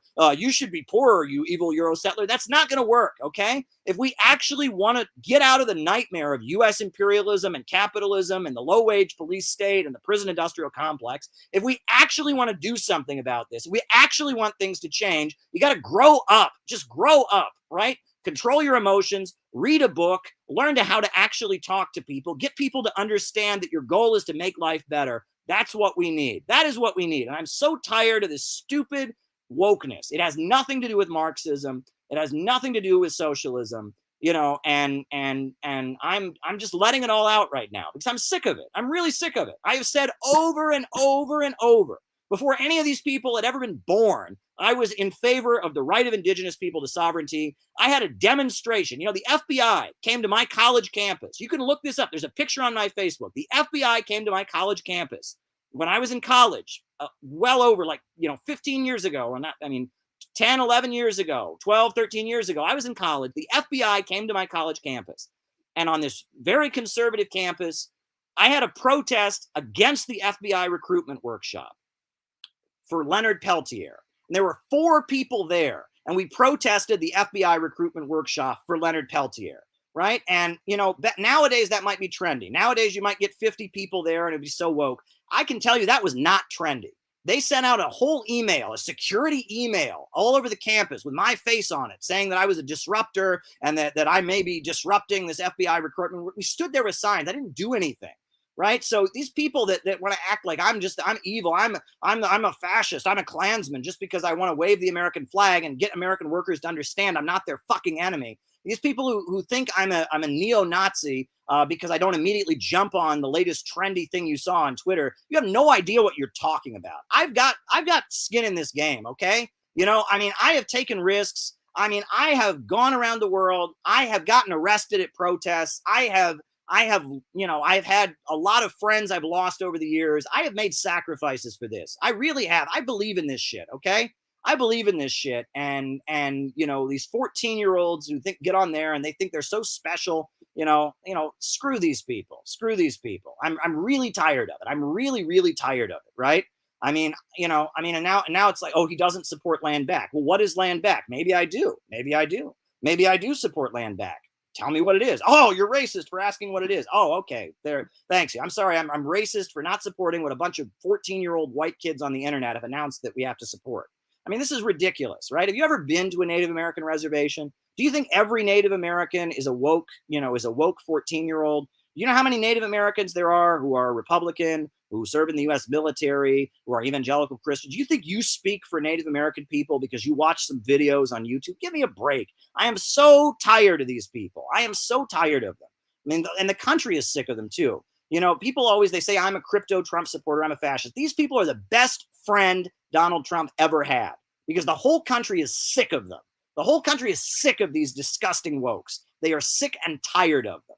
They are sick and tired of them. And right now, the only alternative is Trumpism. The only alternative is Trumpism. If we can't build a left, a socialism that is not woke and toxic, if we can't build a socialism that's about making the country better by getting rid of war and racism, if we can't do that, if we can't build a socialism that's about trying to make a better country, it's about trying to break us out of imperialism and build a new society. I mean, if we can't build a socialism that people would actually want to join, then all we're going to get is Trumpism. We're going to get more right-wing authoritarianism and Bonapartism. And, and that's what we're going to get, right? If we can't get a socialism that might actually get to the masses, if we can't get out of the movement into the masses, we are going to get fascism. That is what we're going to get because people are tired of the status quo and people are sick and disgusted by the wokes. I'll tell you that much. So if you see these wokes out there, these people are the best friends that actual neo-Nazis and fascists ever had. These people who can't tell the difference between Jimmy Dore and David Duke are the best friends actual white supremacists ever had, right? The people who are on there that think that people who've spent their lives as anti-racists are Ku Klux Klansmen because they disagree about Russia or something. These people are the best friends that actual neo-Nazis ever had, right? The neo-Nazis should be paying these people. There you go. Sorry to go off there, folks. I'm so tired of this. I am so tired of these people. I am so tired of them. They make me embarrassed. When I tell average working people I'm a communist, they think I'm one of these people, and I'm not. They think I want to destroy their community. They think I hate them, right? I was in West Virginia right after Donald Trump got elected, and I was talking to a steel worker, a union steel worker. I was talking to a union steel worker, and you know what he said to me? Quentin Tarantino in his movies. You know what he said to me? This union steel worker. He said he voted for Donald Trump. This is what he told me. He said he voted for Trump. He said because the Democratic Party stopped believing in the working man, and now they're a bunch of socialists. That's what he said. And I was like, wait a second. Socialists believe in the working man, but that's not how these people see it. No.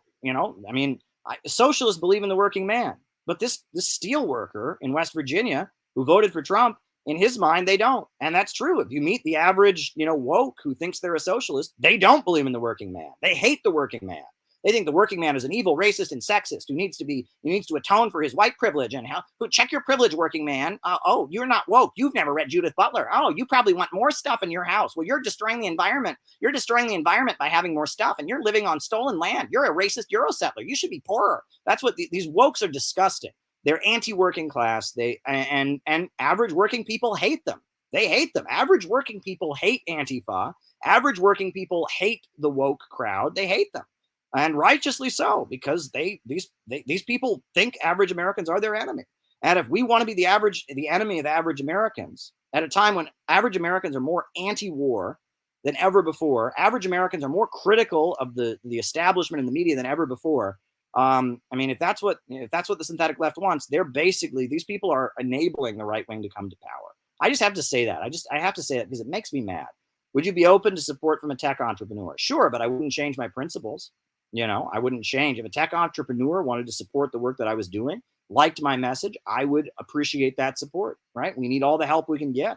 We're trying to build a new constructive city building left. And if some tech entrepreneur wanted to support me, I would be okay with that. It wouldn't change my beliefs. I wouldn't change my beliefs to pander to him, though. He's saying, okay, well, we'll give you money to build your organization, but you have to stop believing in anti-imperialism. You have to support the next war with Russia. You have to support the next war with China. you were to offer me money and say, okay, we'll give you money, but you have to start canceling average Americans and making them your enemies. I wouldn't do it, right? I'm part of the city building tendency. If there's somebody who wants to come along and support what we have to say, their support is welcome and appreciated, but our principles will not change. I've been doing this. A lot of people say, oh, Caleb, you work for a Russian company. Bullshit.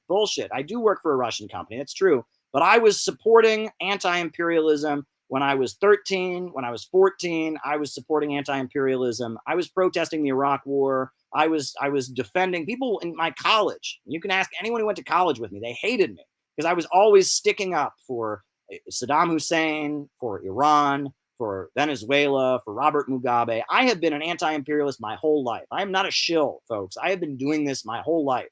And a lot of people know that. I have been an anti-imperialist my whole life. So there you go. For people in the chat, they're saying they're in a mutual area. What would be the best way to organize among fellow viewers here? All right. Organize among fellow viewers. All right. Do you trust Bernie Sanders? No, I don't. I mean, his economic program is good, but he's taken a number of pro-imperialist stands. He ends up telling people to vote for the Democrats. So no, Bernie Sanders, again, it's important. A lot of the people attracted to his message are good, but there you go. All right. Why is Tucker Carlson occasionally able to say the truth on an imperialist network?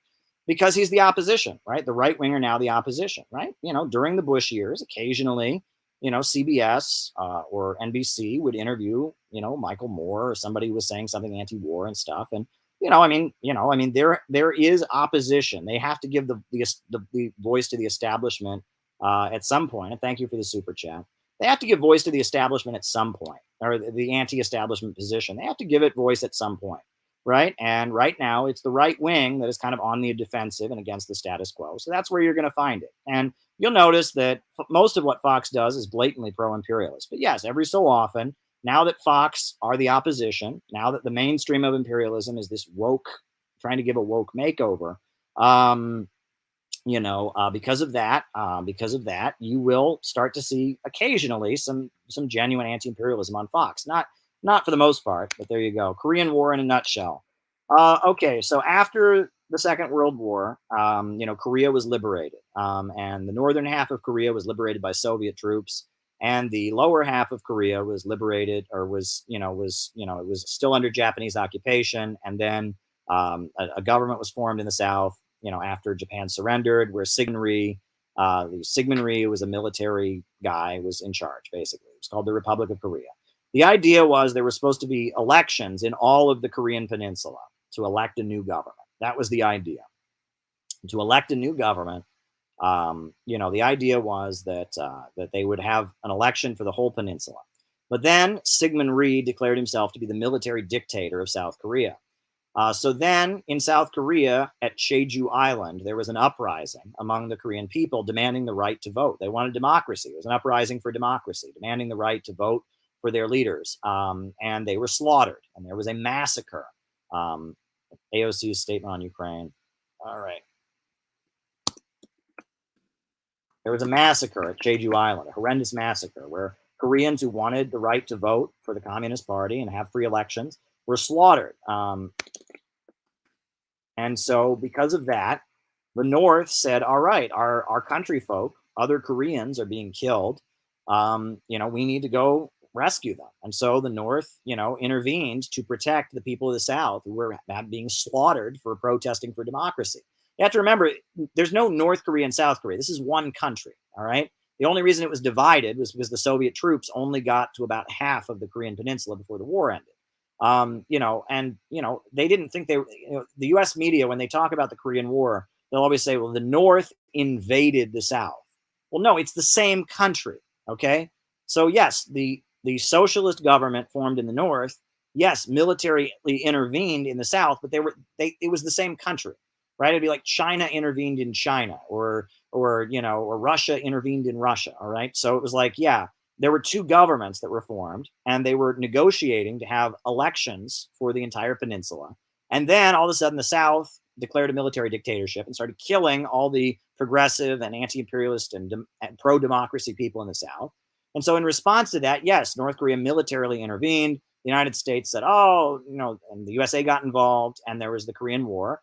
And the USA bombed every single building in the northern half of the Korean Peninsula that was above 1 story tall. And they bombed the dikes, and they flooded civilian areas, and they just committed horrendous war crimes. The war crimes the US imperialists committed in North Korea were horrendous. And then China got involved. And China sent its military, and they supported the Korean people. And China got involved, and the USA, Douglas MacArthur, who was the general, threatened to drop 5 atomic bombs on China if they got involved, but he did that without asking President Truman's permission. And so he was fired because he was threatening to nuke people without the permission of the president. And the Chinese Red Army drove the U.S. troops back down to the 38th parallel, the border that had been established. And at that point, an armistice was declared. And then after that, there was supposed to be a peace treaty signed, but there was never a peace treaty signed. And so technically, the USA and North Korea are still at war with each other. There was never a peace treaty signed, but an armistice was declared, and that's the Korean War. There you go. So yeah, that's kind of the Korean War in a nutshell. 4 million Korean people were killed during the Korean War. The USA committed horrendous war crimes, but the North Koreans, they fought amazingly heroically. They are the only force. They are the only country to ever have taken captive a U.S. Army general. Now there have been U.S. Marine Corps generals who've been captured and stuff, but the only U.S. Army general to ever been captured was captured by the North Koreans. And many U.S. soldiers that were taken as prisoners of war during the Korean War became communists in the prisoner of war camps and confessed to war crimes. And so that's where the whole obsession with brainwashing came from, because the communist Chinese, they would go to prisoner of war camps in China, and the Maoists would win them over to communism. So yeah, I mean, it was pretty wild. But anyway, that's the Korean War in a nutshell.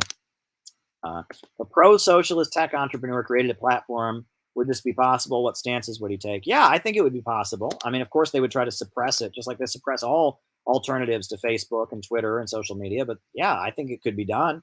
I mean, I'd love to, if I had the resources and the time, I'd love to create a platform. But yeah, I mean, a tech entrepreneur could create a platform, and that would be great. And I'd be for that. Eventually Facebook and Twitter and all of them are going to lose. They are going to lose their monopoly. It's only a matter of time before it happens. So there you go. There you go. All right. Next question.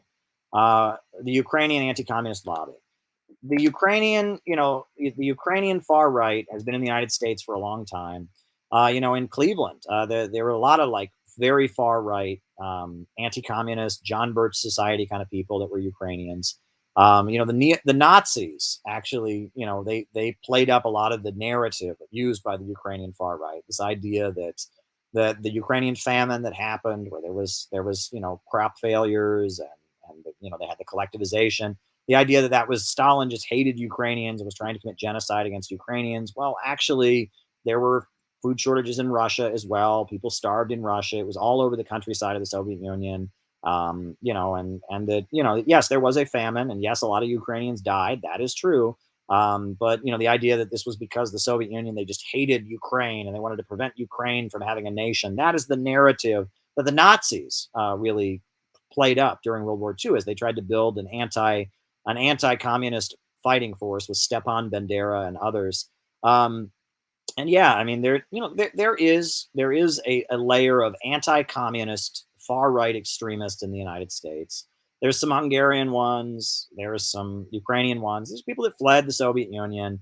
People that hate communism. They exist, right? Every time the country would have a socialist, it's just like the Miami Cubans. It's just like every time a country has a socialist revolution, the United States would take in all the people who fled from it.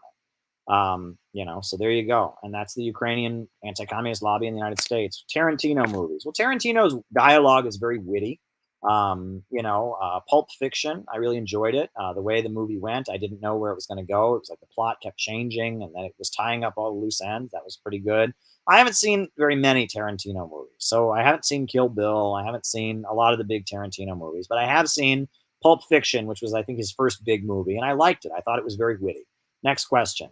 How do you organize your fellow viewers? Join the Center for Political Innovation, CPI. Go to the website, cpiusa.org, cpiusa.org, sign up, and Once you sign up, you should be getting in your inbox invitations to our weekly Zoom calls. We will try to connect you with a local organizer. There's a reading group in Chicago right now. There's a reading group in Seattle and the Pacific Northwest. There's a California organizing committee that's in San Francisco and it's in LA.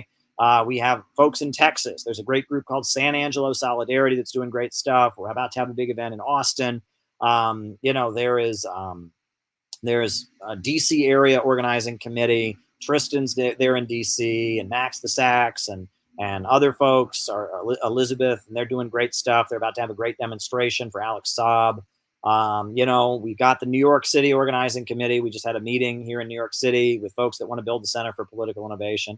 Yeah, if you want to be part of the community centered around this YouTube channel, go to cpiusa.org and sign up and get involved. We'd love to have you.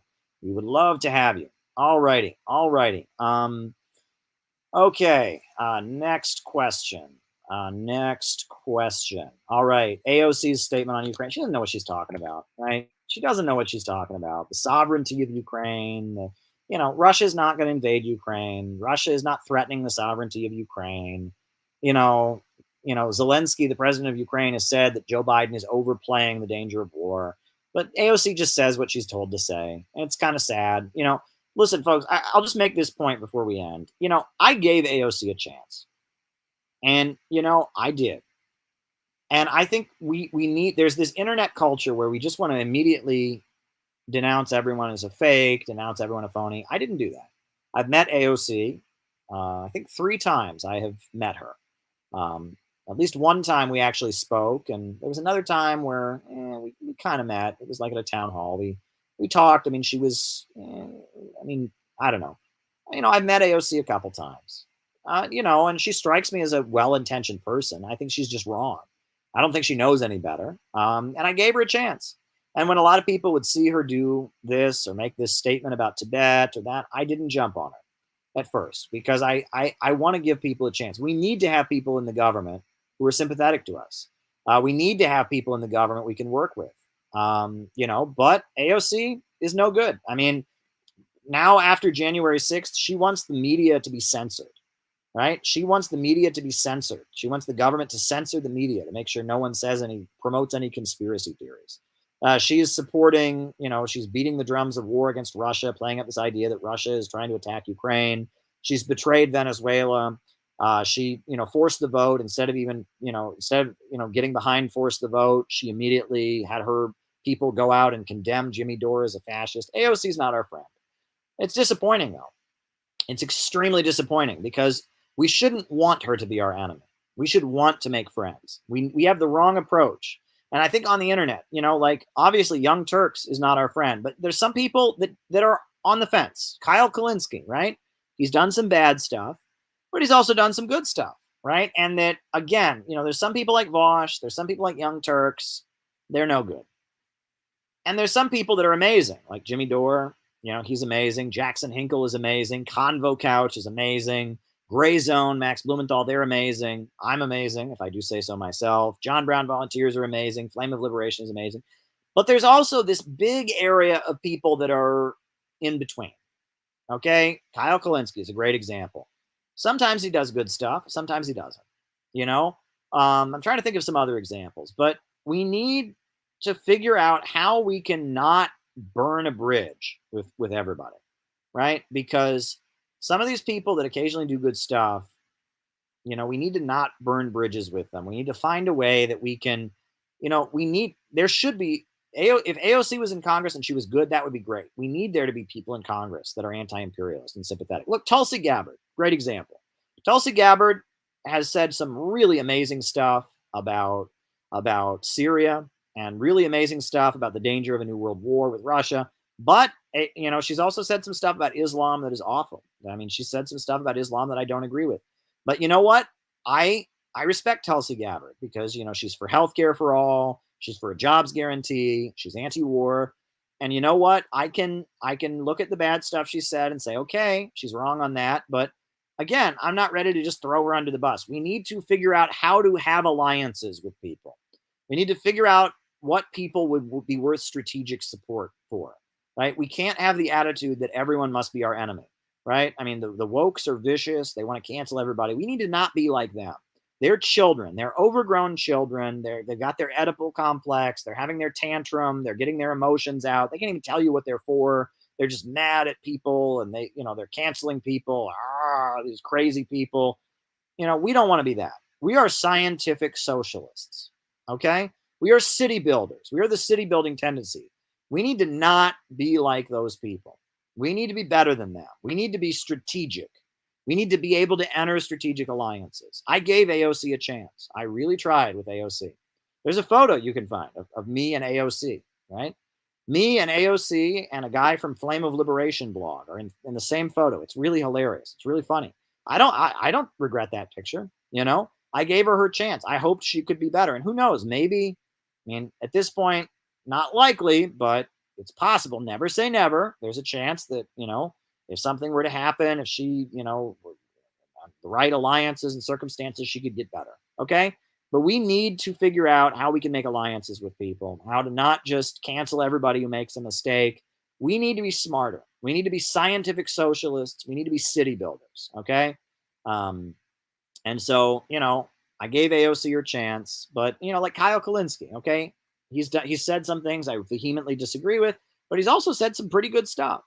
And he's not, as bad as some of the others. Wouldn't it be better if we could find a way to not have, not cancel everybody? That's what we ought to do. That's my opinion. Look at Jason Unruhe, right? I'm somebody who's been friendly to him, and I've heard him say stuff I disagree with, but I was just like, okay, Jason, you can think that. And I forgave him, and he lost it over the billionaires thing, and he lost it over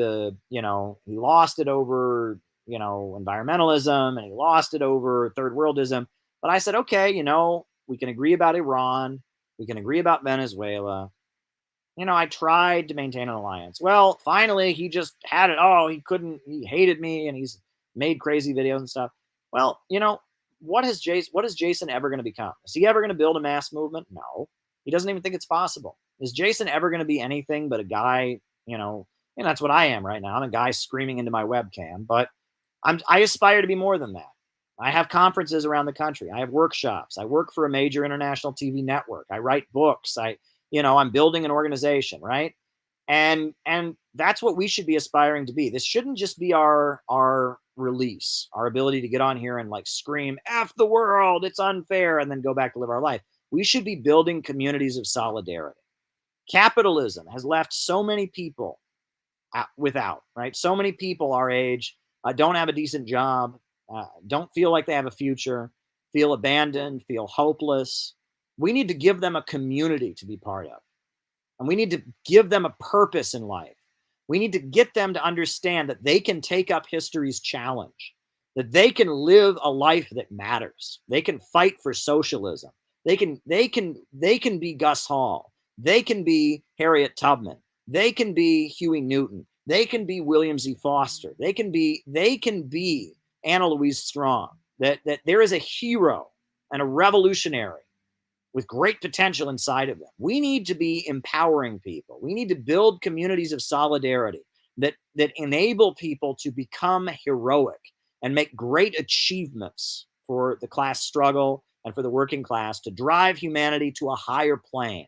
That's what we need to do. We need to help people find a community of solidarity that will pull them forward, that will put them forward and enable them to do things they could never imagine they were capable of doing.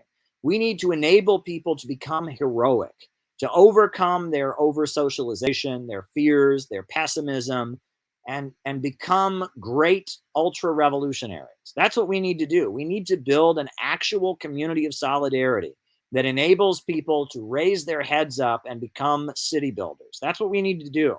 It's not enough to just have this online community where I get on here and scream and yell about stuff. We need to build the city building tendency. The Center for Political Innovation, Students and Youth for a New America. We got to build it. We've got to build it. That's what we need to do. So that's what we're trying to do. And if we're going to do that, we're going to need allies. And there's going to be people that we disagree with who might be useful and might, find common ground with us, might share common goals. We might overlap, right? Wouldn't it be great if there was some Christian pastors who agreed, with us, and we could have a relationship with. Wouldn't it be great if there were some, there were some elected officials, city council members, or members of Congress who agreed with us? Wouldn't that be amazing? Wouldn't it be great if there were, if there were like labor unions that worked with the CPI and worked on some of CPI's initiatives, and we had campaigns around jobs and education for it? We need allies. If we're going to actually get stuff done, if this is not just going to be internet entertainment, we need to win friends and influence people. We need to find common ground with people. We need to approach things in a much more mature manner. We can't just be wokes screaming and yelling. We can't just be getting our rage out. We need to build communities of solidarity. Look, the John Brown volunteers are amazing. Shout out to the John Brown volunteers. Shout out to San Angelo Solidarity. Shout out to, the Chicago reading groups and the West Coast Organizing Committee, the California Organizing Committee, Students and Youth for a New America. You guys are doing something that's very hard. It is very hard to be in a relationship of any kind, right? Being married is hard. Every day is not great when you're married. Ask anyone who's been married. They said, there's been many times they felt like getting divorced. Ask anyone who's been married. There's been times that they've been upset, but staying married is hard work. And staying in an organization, in a revolutionary organization that is fighting for socialism, is not easy. And there's going to be people you disagree with. And there's going to be situations where they don't go the way you want. And you're going to be frustrated with people. And learning to listen to people, and learning to be patient with people, learning to forgive people, learning to operate in a disciplined manner, in a comradely manner, learning to make people feel better about themselves, learning how to get people to do good work, and how to encourage people, and how to give criticism in a way that doesn't crush the person's spirit, but helps them to do better. All of these are skills that you're not going to learn on the internet. You're not going to learn it on the internet. You're only going to learn it by doing real work, by being in an organization. And if you want to know how to be happy, which is what a lot of people are trying to figure out, how can I be happy? You're going to be happy. You need to get involved with other people. You need to join a community of solidarity. You need to learn how to stand arm in arm with other people and build solidarity. That's what you need to learn how to do, right? And with the Center for Political Innovation, Students and Youth for a New America, that's what we're doing. That's what we're doing. And we are doing the best to make it happen. So if you are part of this online community and you want to get involved, sign up, cpiusa.org, get involved. We will try our best to plug you in. You can contact me directly. You can send me an email, calebmaupin@gmail.com, all one word. Yes, right? If we don't build an organization, we're not doing anything. And that's how, by the way, you can tell that Vosh is fake. And that's how you can tell that Destiny is fake and that ContraPoints is fake, because they're not doing that. They have hundreds of thousands, millions of people have watched ContraPoints videos. If she were to say, join this organization, and if she were building an actual socialist group, it would be massive. But she doesn't do that because that's not her job, right? Her job is to make woke propaganda. The impassioned rant of the once the woke is lovely, passionate Caleb is best Caleb. Thanks, Captain Waffles. But yeah, these people, they just, they make woke propaganda. Imagine if Chapo Trap House was actually organizing people, right? They could do amazing stuff, right? But they don't, because they're not really trying to change the world. Vladimir Lenin and his book, right? I'll pull up the quote for you because it's so damn important. I'm just going to read you what he said.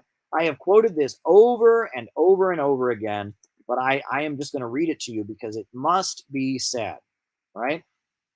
It must be said because people don't get this. People really don't get this, right? This is what Vladimir Lenin wrote.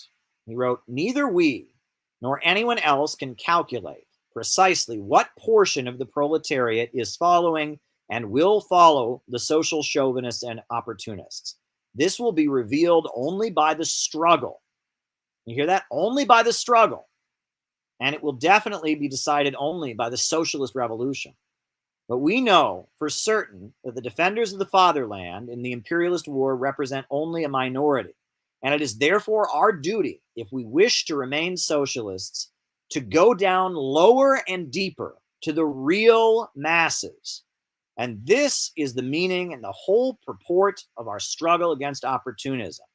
By exposing the fact that the opportunists and the social chauvinists are in reality betraying and selling the interests of the masses, that they are defending the temporary privileges of a minority of workers, that they are a vehicle for bourgeois ideas and influences, and that they are really allies and agents of the bourgeoisie, we teach the masses to appreciate their true political interests and to fight for socialism and for the revolution through all the long and painful vicissitudes of imperialist wars and imperialist armistices. By calling out Vosh, by calling out AOC, by calling out ContraPoints, by calling out the fakes and the wokes, and by going lower and deeper to the real masses, by going into working class communities and neighborhoods, by talking about patriotic socialism and saying that we love America and we're going to make your life better, by exposing the warmongering liars who speak in the name of socialism and going past them lower and deeper to the real masses,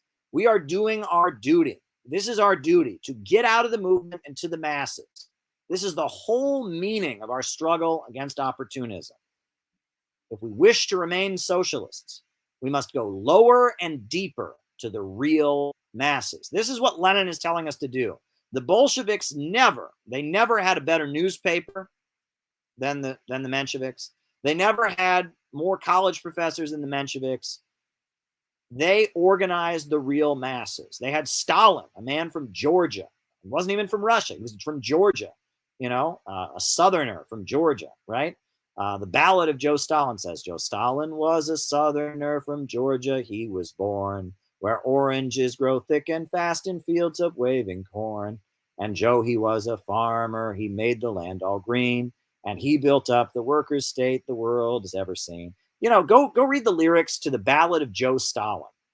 Actually, that's great. I'm going to pull that up. The Ballad of Joe Stalin. I'm not going to sing it to you because I'm not a singer. The Ballad of Joe Stalin. I'm going to read this to you. Right? You want to hear it performed, go to the end of the Saxton Lectures and watch it at the end of the Saxton Lectures. At the end of the Saxton Lectures, Paul performs the Ballad of Joe Stalin. The Ballad of Joe Stalin, by Ewan McCool, right? This is about who Stalin was, right?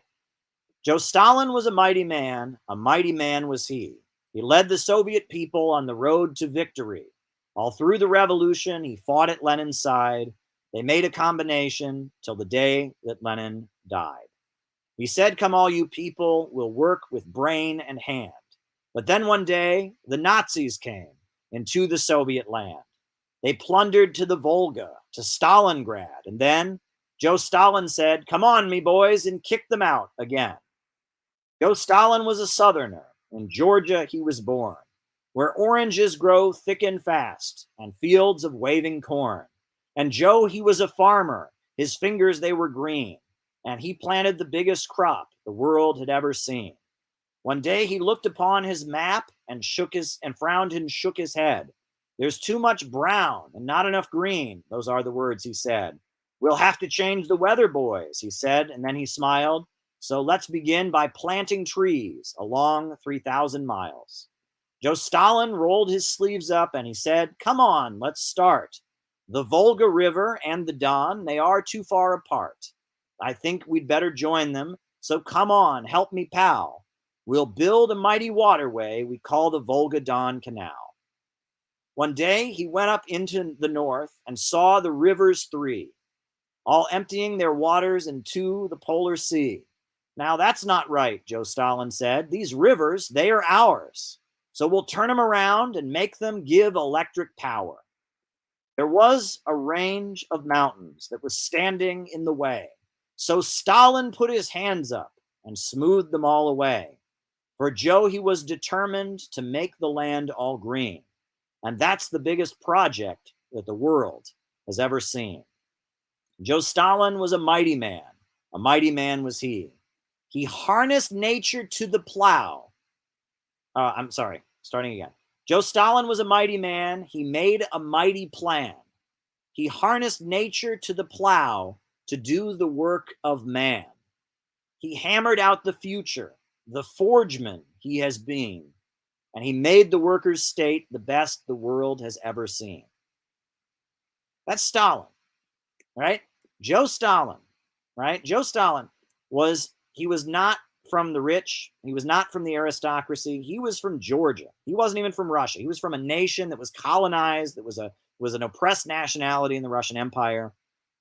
You know, he was from a poor village called Gori. He was from a village, and he learned to read and write only because his mother was a fanatically religious person who sent him to seminary school. He learned to read and write, and he knew how to work with people. He was a man's man. He liked to drink and smoke cigars, and he could be friends with anybody. He could talk to anybody. He was charming. And Stalin knew how to organize people. Stalin was a man of the people. He understood the peasantry. He understood the factory workers. You know, and Stalin, you know, there was a rock and roll band in the 1960s that was called Country Joe and the Fish Band. Country Joe and the Fish Band. And the reason it was called that was because it was named after Stalin and Mao.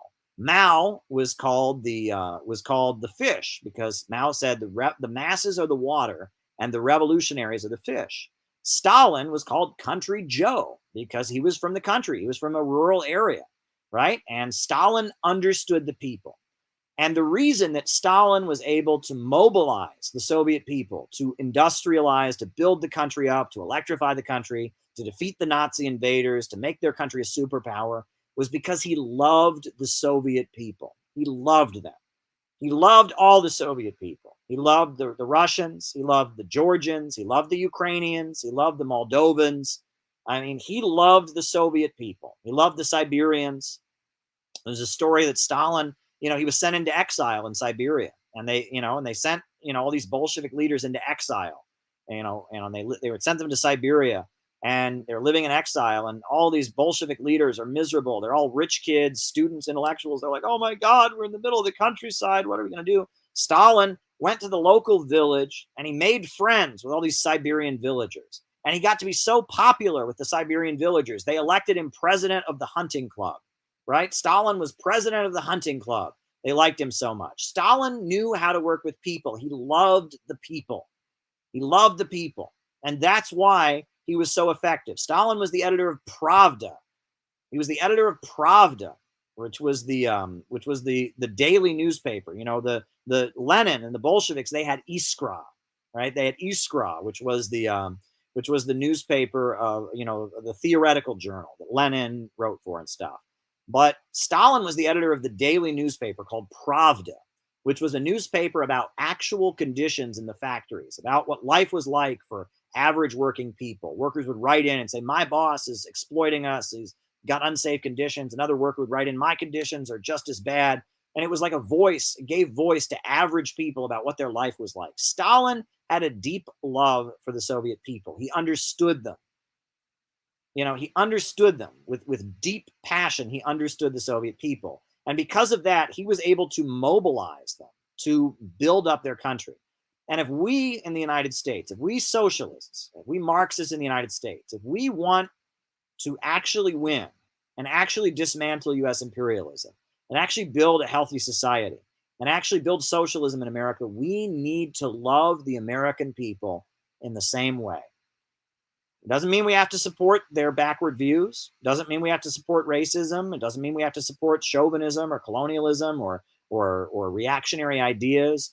No, but we need to love the American people. We need to love all the American people, you know, from California to New York to Idaho to Georgia to Alabama. We need to love all the American people, black, white, Arab, Asian, Latino, you know, Mormons, Catholics, atheists, Protestants, Jews, Muslims, you know, Hindus, Sikhs, Native Americans. We need to love the American people. We need to have a deep spiritual connection with the American people. If we want to lead the American people, if we aspire to lead the American people in dismantling imperialism and building a socialist society, we must love them and we must know them. And if you're serious about politics, if you're LARPing, you want to LARP and you want to be silly on the internet, have fun. But if you really believe in this stuff and you really want to change the world, and if you're a socialist, you're genuinely a socialist, you must learn to love the American people and love them so much and have so much of a deep spiritual connection with the American people, that you're able to mobilize them to fight for their future, to show them that their future is breaking out of US imperialism, tearing down the global system of monopoly capitalism, standing in solidarity with the people of Africa, Asia, and Latin America, ripping America out of their imperialist system and building it up in solidarity as part of the Belt and Road, as part of the Eurasian Economic Union, building a new America on new foundations, repudiating the past of colonialism and slavery, and building a new America for working families. And if you're going to do that, you have to have deep love for the American people. And if you don't want to develop that love, if you don't want to know the American people so well that you can win them to socialism, if you don't want to know and love the American people so well that you can get them to see their own true interests and why imperialism and capitalism is their enemy and why Russia and China and Venezuela and Cuba are their friend, if you don't want to do that, you are not worthy of the task. It's a hard task. It's hard to love people. It's hard to love people that have gone along with ugly wars. It is hard to love people who have locked their brothers in jail or sold their people, opioid medications that have gotten them addicted. It is hard to love people who are filled up with so many delusions and think that capitalism is a great system, or that think that communism never worked anywhere. It is hard to love people who are selfish and individualistic and have let so many of their people starve and go hungry, right? It is hard to love people who have let so many of their country folk become homeless. It is hard to love people who look at Skid Row in Los Angeles and see so many of their brothers and sisters being homeless on the streets and don't rise up and demand the government do something about it. It's hard. It is hard, but it's our job. It is our job to love the American people. We must love the American people, and we must love all of the American people. Black, white, Asian, Arab, Latino, young, old, urban, rural. We must love the American people, and we must figure out how to get them to understand where their true interests lie. That is your job. That is your job. That is your job. If you are a serious Marxist, you must learn to love the American people so that you can show them that for their life to truly get better, imperialism must be dismantled, capitalism must be overthrown, and socialism must be established. You must learn to love the American people. As hard as it is, as angry as you might get with them, as frustrated with them, you've got to learn to love them. It's kind of like Sam Marcy. I'm critical of Sam Marcy, but Sam Marcy said, you've got to learn to love the people, and you've got to learn to patiently explain. That was what Sam Marcy said. You've got to learn to patiently explain to the American people where their true interest lies. Folks, if we wish to remain socialists, we must go lower and deeper to the real masses. Dare to struggle, dare to win. If you never dare to struggle, I'll quote the great David Cedillo, the founder of San Angelo Solidarity. If you don't dare to struggle, you're never going to win. If you don't dare to struggle, you're never going to win. And daring to struggle means learning to love the American people. Dare to struggle, dare to win. A new upsurge in the struggle against U.S. imperialism is now emerging throughout the world. Ever since World War II, U.S. imperialism and its followers have been continuously launching wars of aggression. But the people of various countries have been continuously waging revolutionary wars to defeat their aggression.